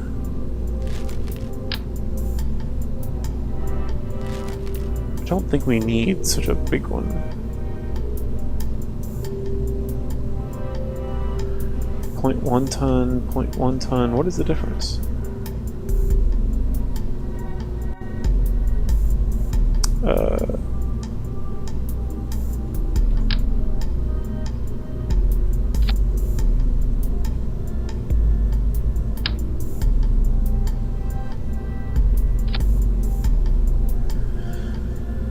Okay.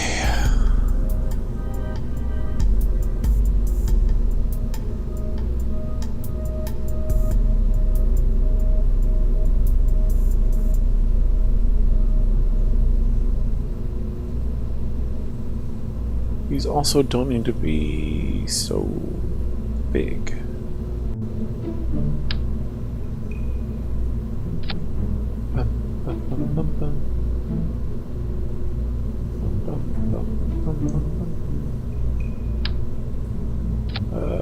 Now let's do, how do I nudge and stuff? Ay. I really don't know how to play this game. This one.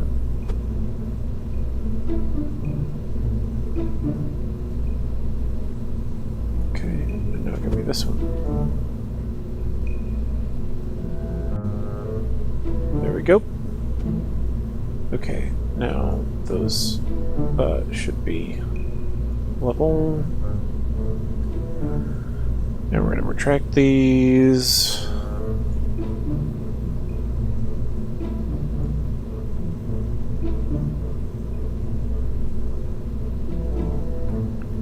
And we're going to put heat shields on here because it's another thing that I don't know if I need.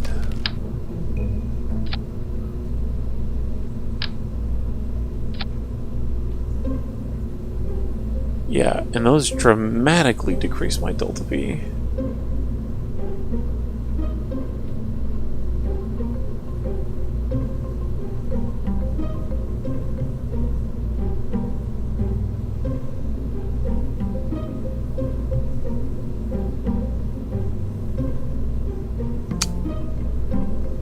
Yes, let me do this.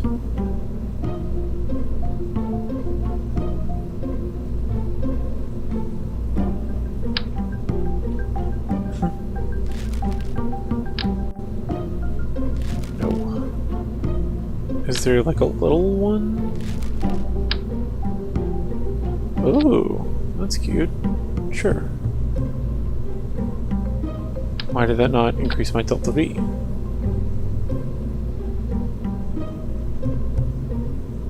Surely I don't have to do like this. Nope. I do not.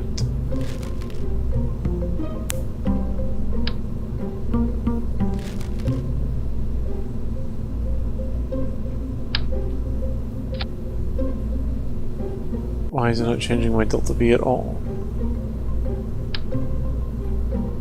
Oh, crap.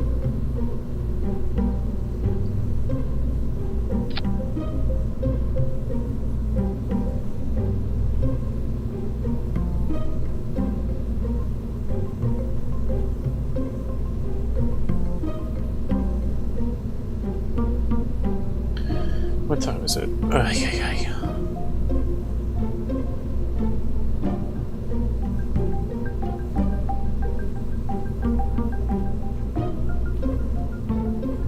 Let's just build a really big one.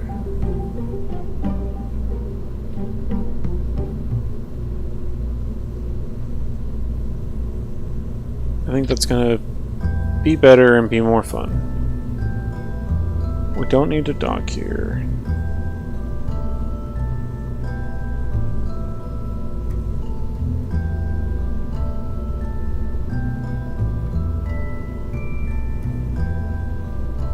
Okay. I need parachutes.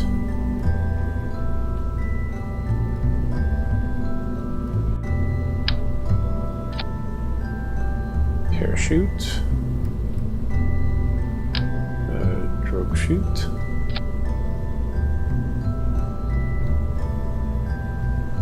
Okay. And heat shield. So this is all that's coming back.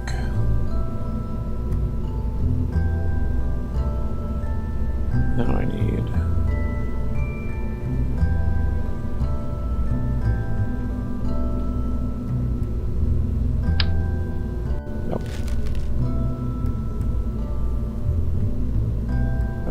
decoupler.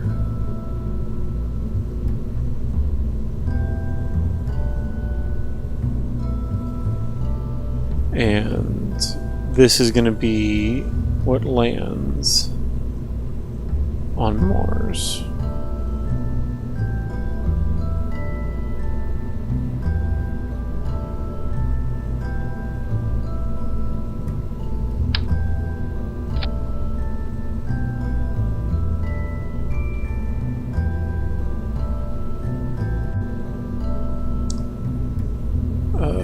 I need an engine plate.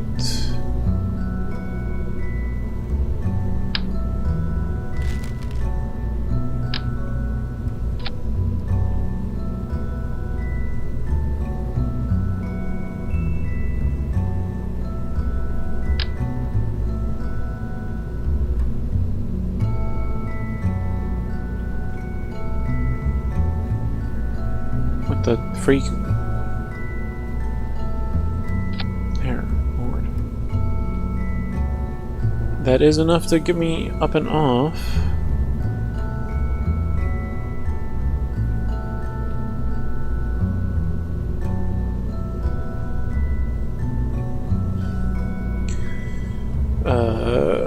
But what I need is this.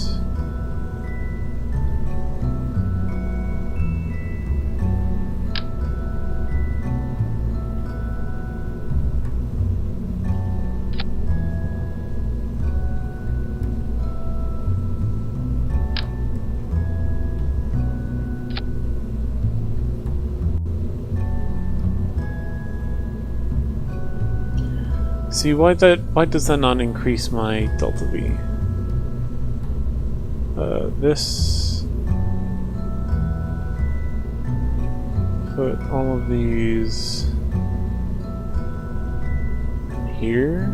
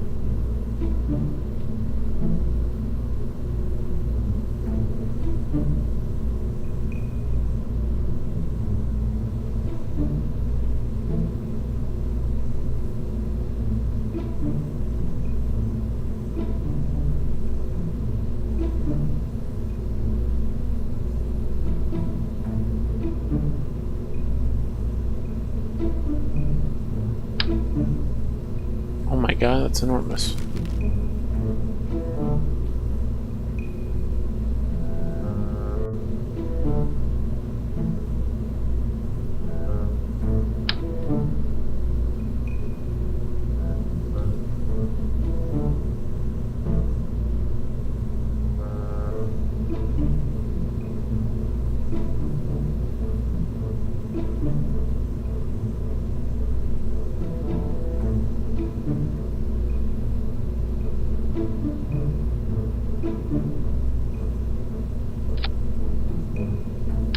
Nope.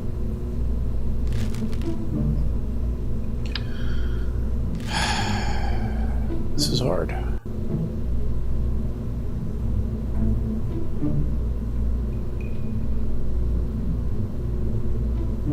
You just have to think so far ahead.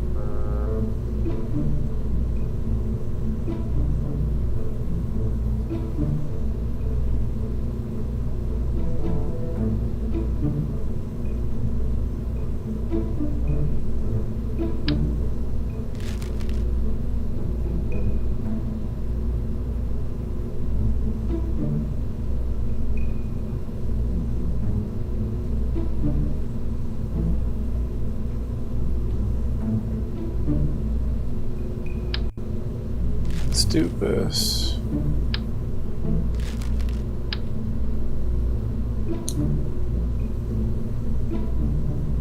Oh my god, come on now.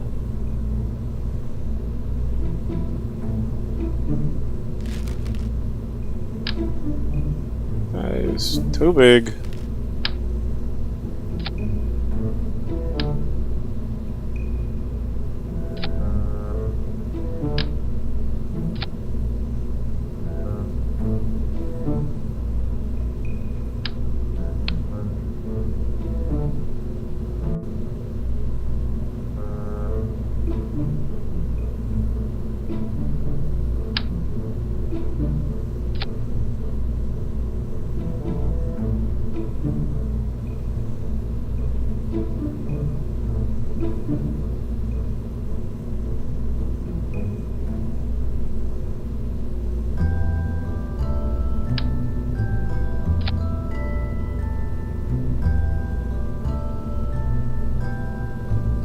Yeah, it's not enough gas.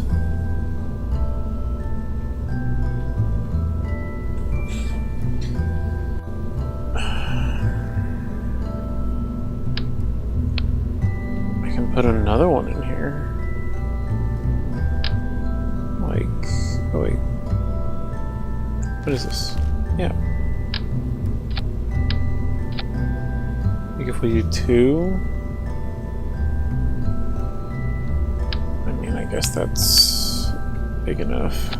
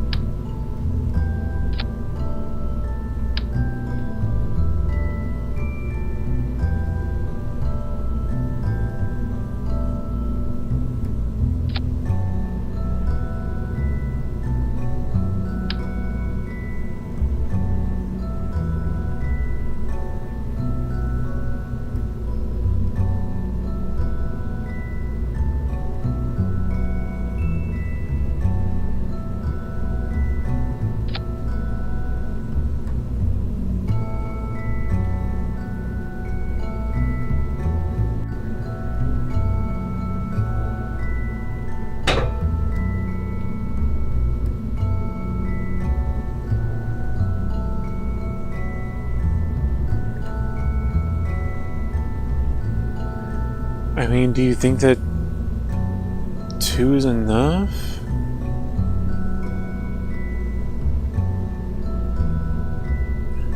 I wish I had like a planner.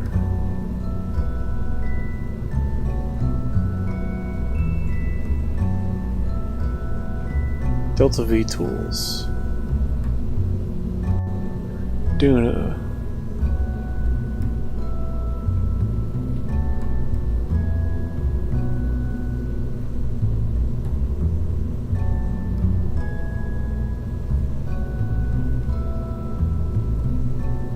Okay, what is this? Why?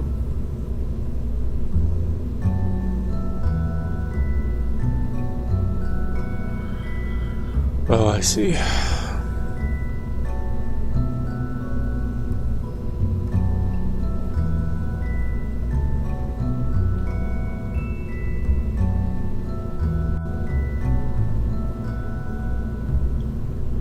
Yeah, I mean, I get that. I just...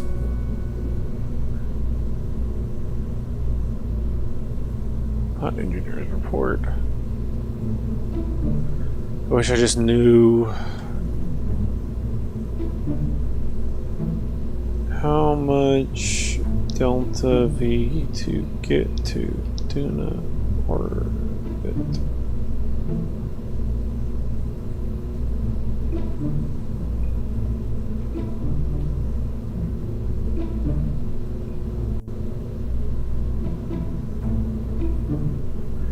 In the sidebar, a delta V map. Where?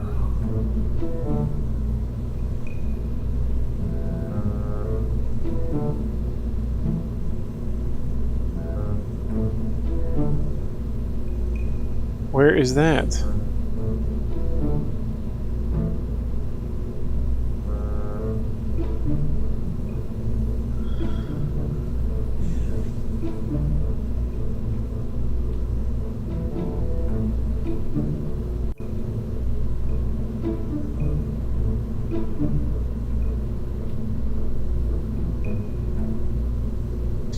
$1450 to get back into orbit.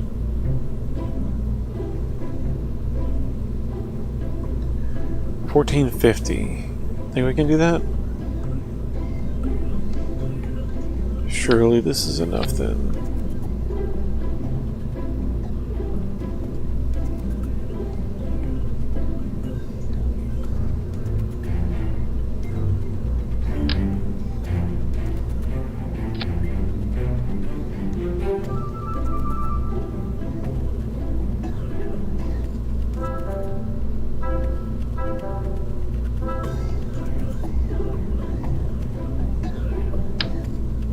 Too big.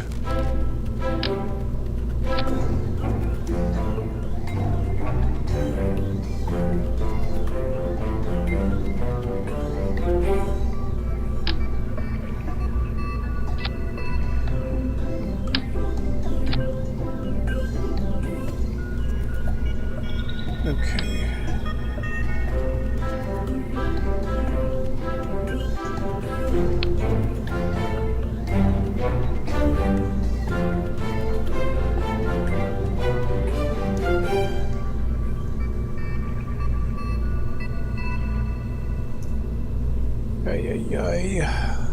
What I really need is more. Is some delta V on here. I mean, it's some monopropellant.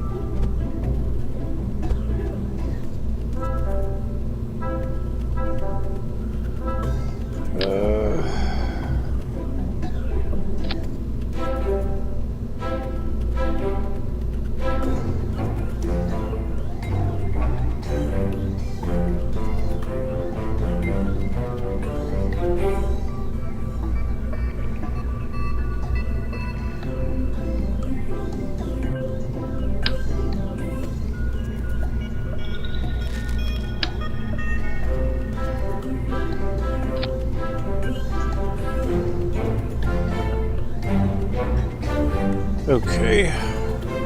Surely that's good, right?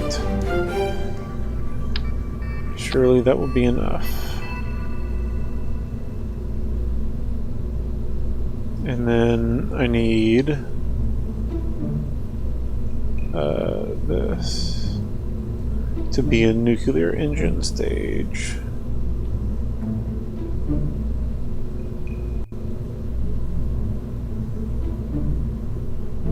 I just need liquid fuel up here.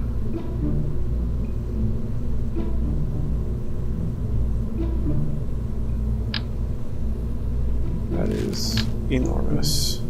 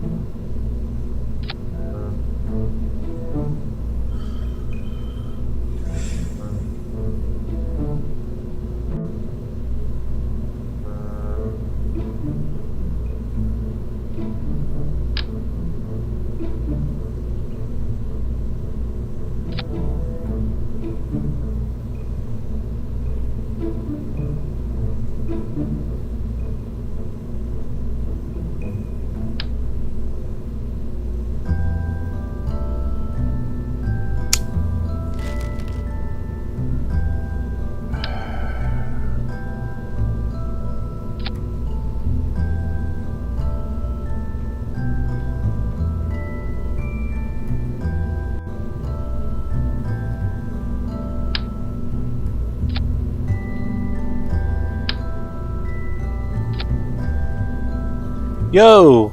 Back for a few? Well, maybe you can help me. Probably not long, that's fine. I'm trying to get to Mars. DUNA. And I really don't know how much Delta V I need. My modus operandi is always just extreme overkill. Where's the nuclear engine? This one. Oh, it's big. There's a big one. I didn't realize. I guess that was one of the mods I downloaded. You think 6,000 meters per second of Delta V is enough? Need to move into the KSP niche. My current content and fixation is in SFS. What is that? Is there a smaller one? Yes, there is.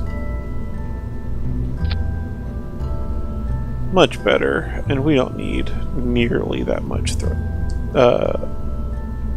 to weight ratio. And so now we can do some of these. Really make it look pretty.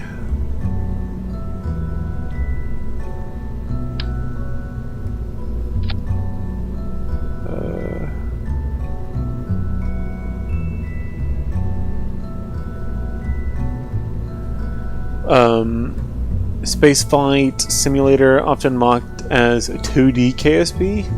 It's really simplistic, so some friends and I built a 4-bit adder in it. A 4-bit adder. I don't know what that is. But that's interesting. 2D KSP? That sounds dumb. Is it fun?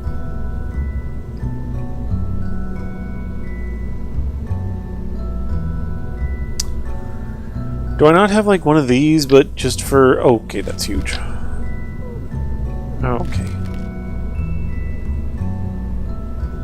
Like I have these aerodynamic shells, but that's just going to be extra mass that I don't need to bring.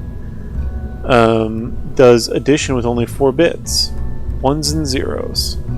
You're getting too crazy for me right now. You're speaking code speak. I don't know any of the codes, any of the coding. What is this? I don't want oxidizer. Can I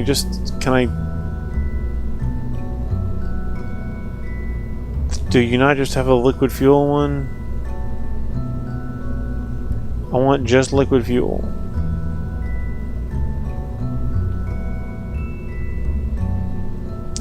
I guess I could drain the oxidizer out, but then I got dry mass that I'm heaving with me.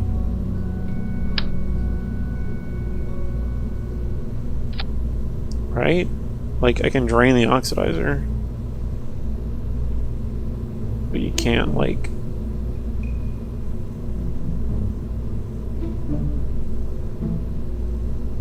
I guess that's fine.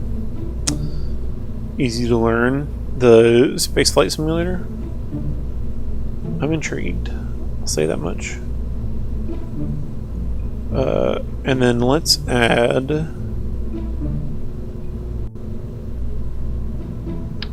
Like, where is this one's center of mass, do you think? Let's add some RCS to this one, just in case our one that's doing the pushing gets stranded.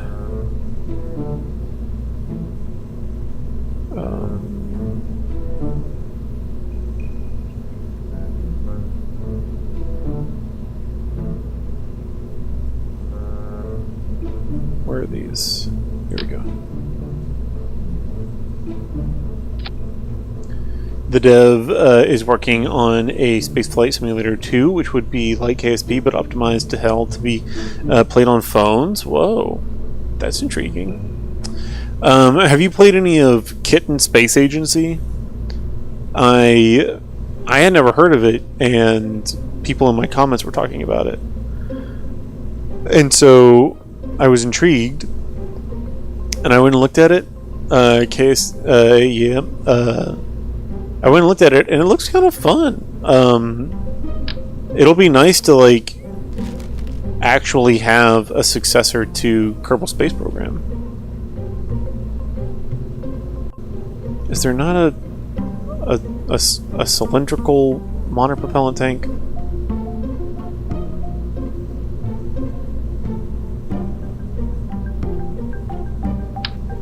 Oh my god, it's huge.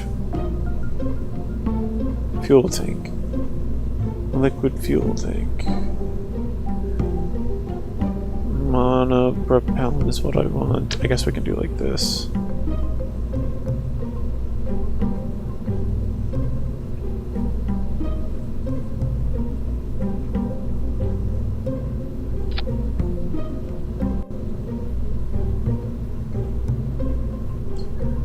Okay. What else do I need here? I guess solar panels and batteries. Honestly, this might be biased, but SF2 is probably going to take the cake for low-end machines. And younger, yeah, that's true. And hey, I mean, it definitely like seems like the kind of thing... Oh, this is one of those inflatable ones.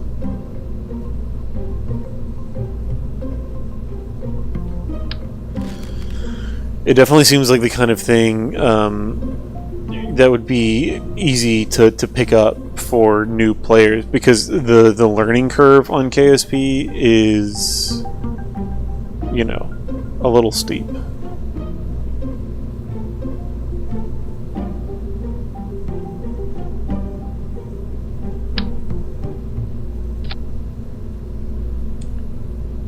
We definitely don't need this many. You know what, let's just do this.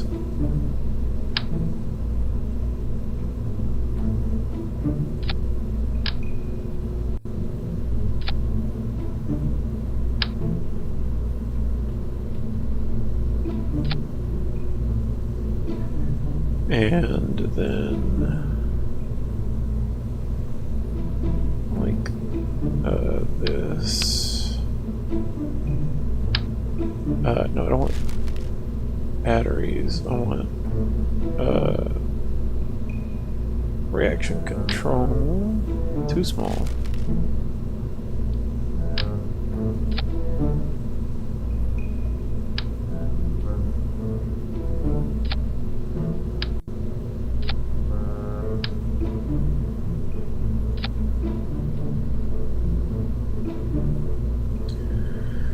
Okay. What else do you need? What am I forgetting? Do you think 7 kilometers per second is enough delta V to get us to DUNA and back. Let's see. 1200 for transfer, 1200 to get back. So surely this is enough. And now we're gonna do this and do a decoupler. Too big. Too big.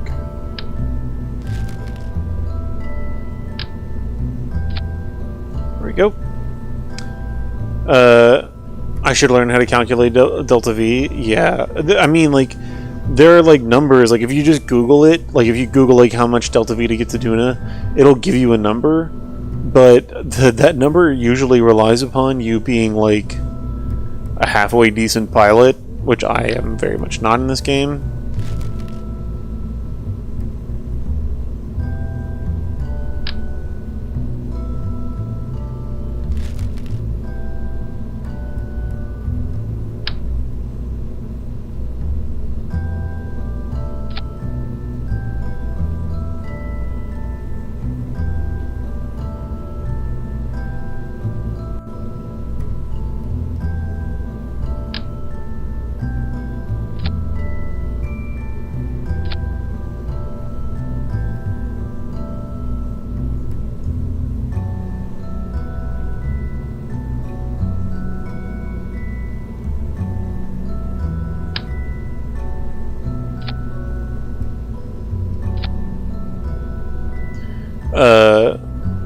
Probably could change the title to attract more KSP players. Probably.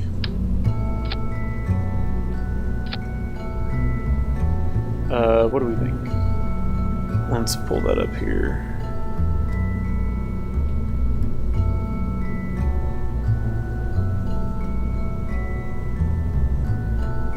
What do we think would attract KSP players?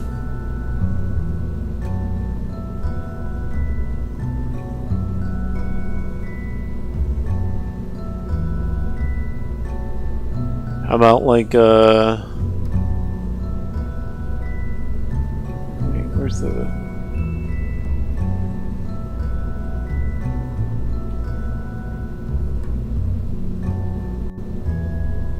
do it to tinkle?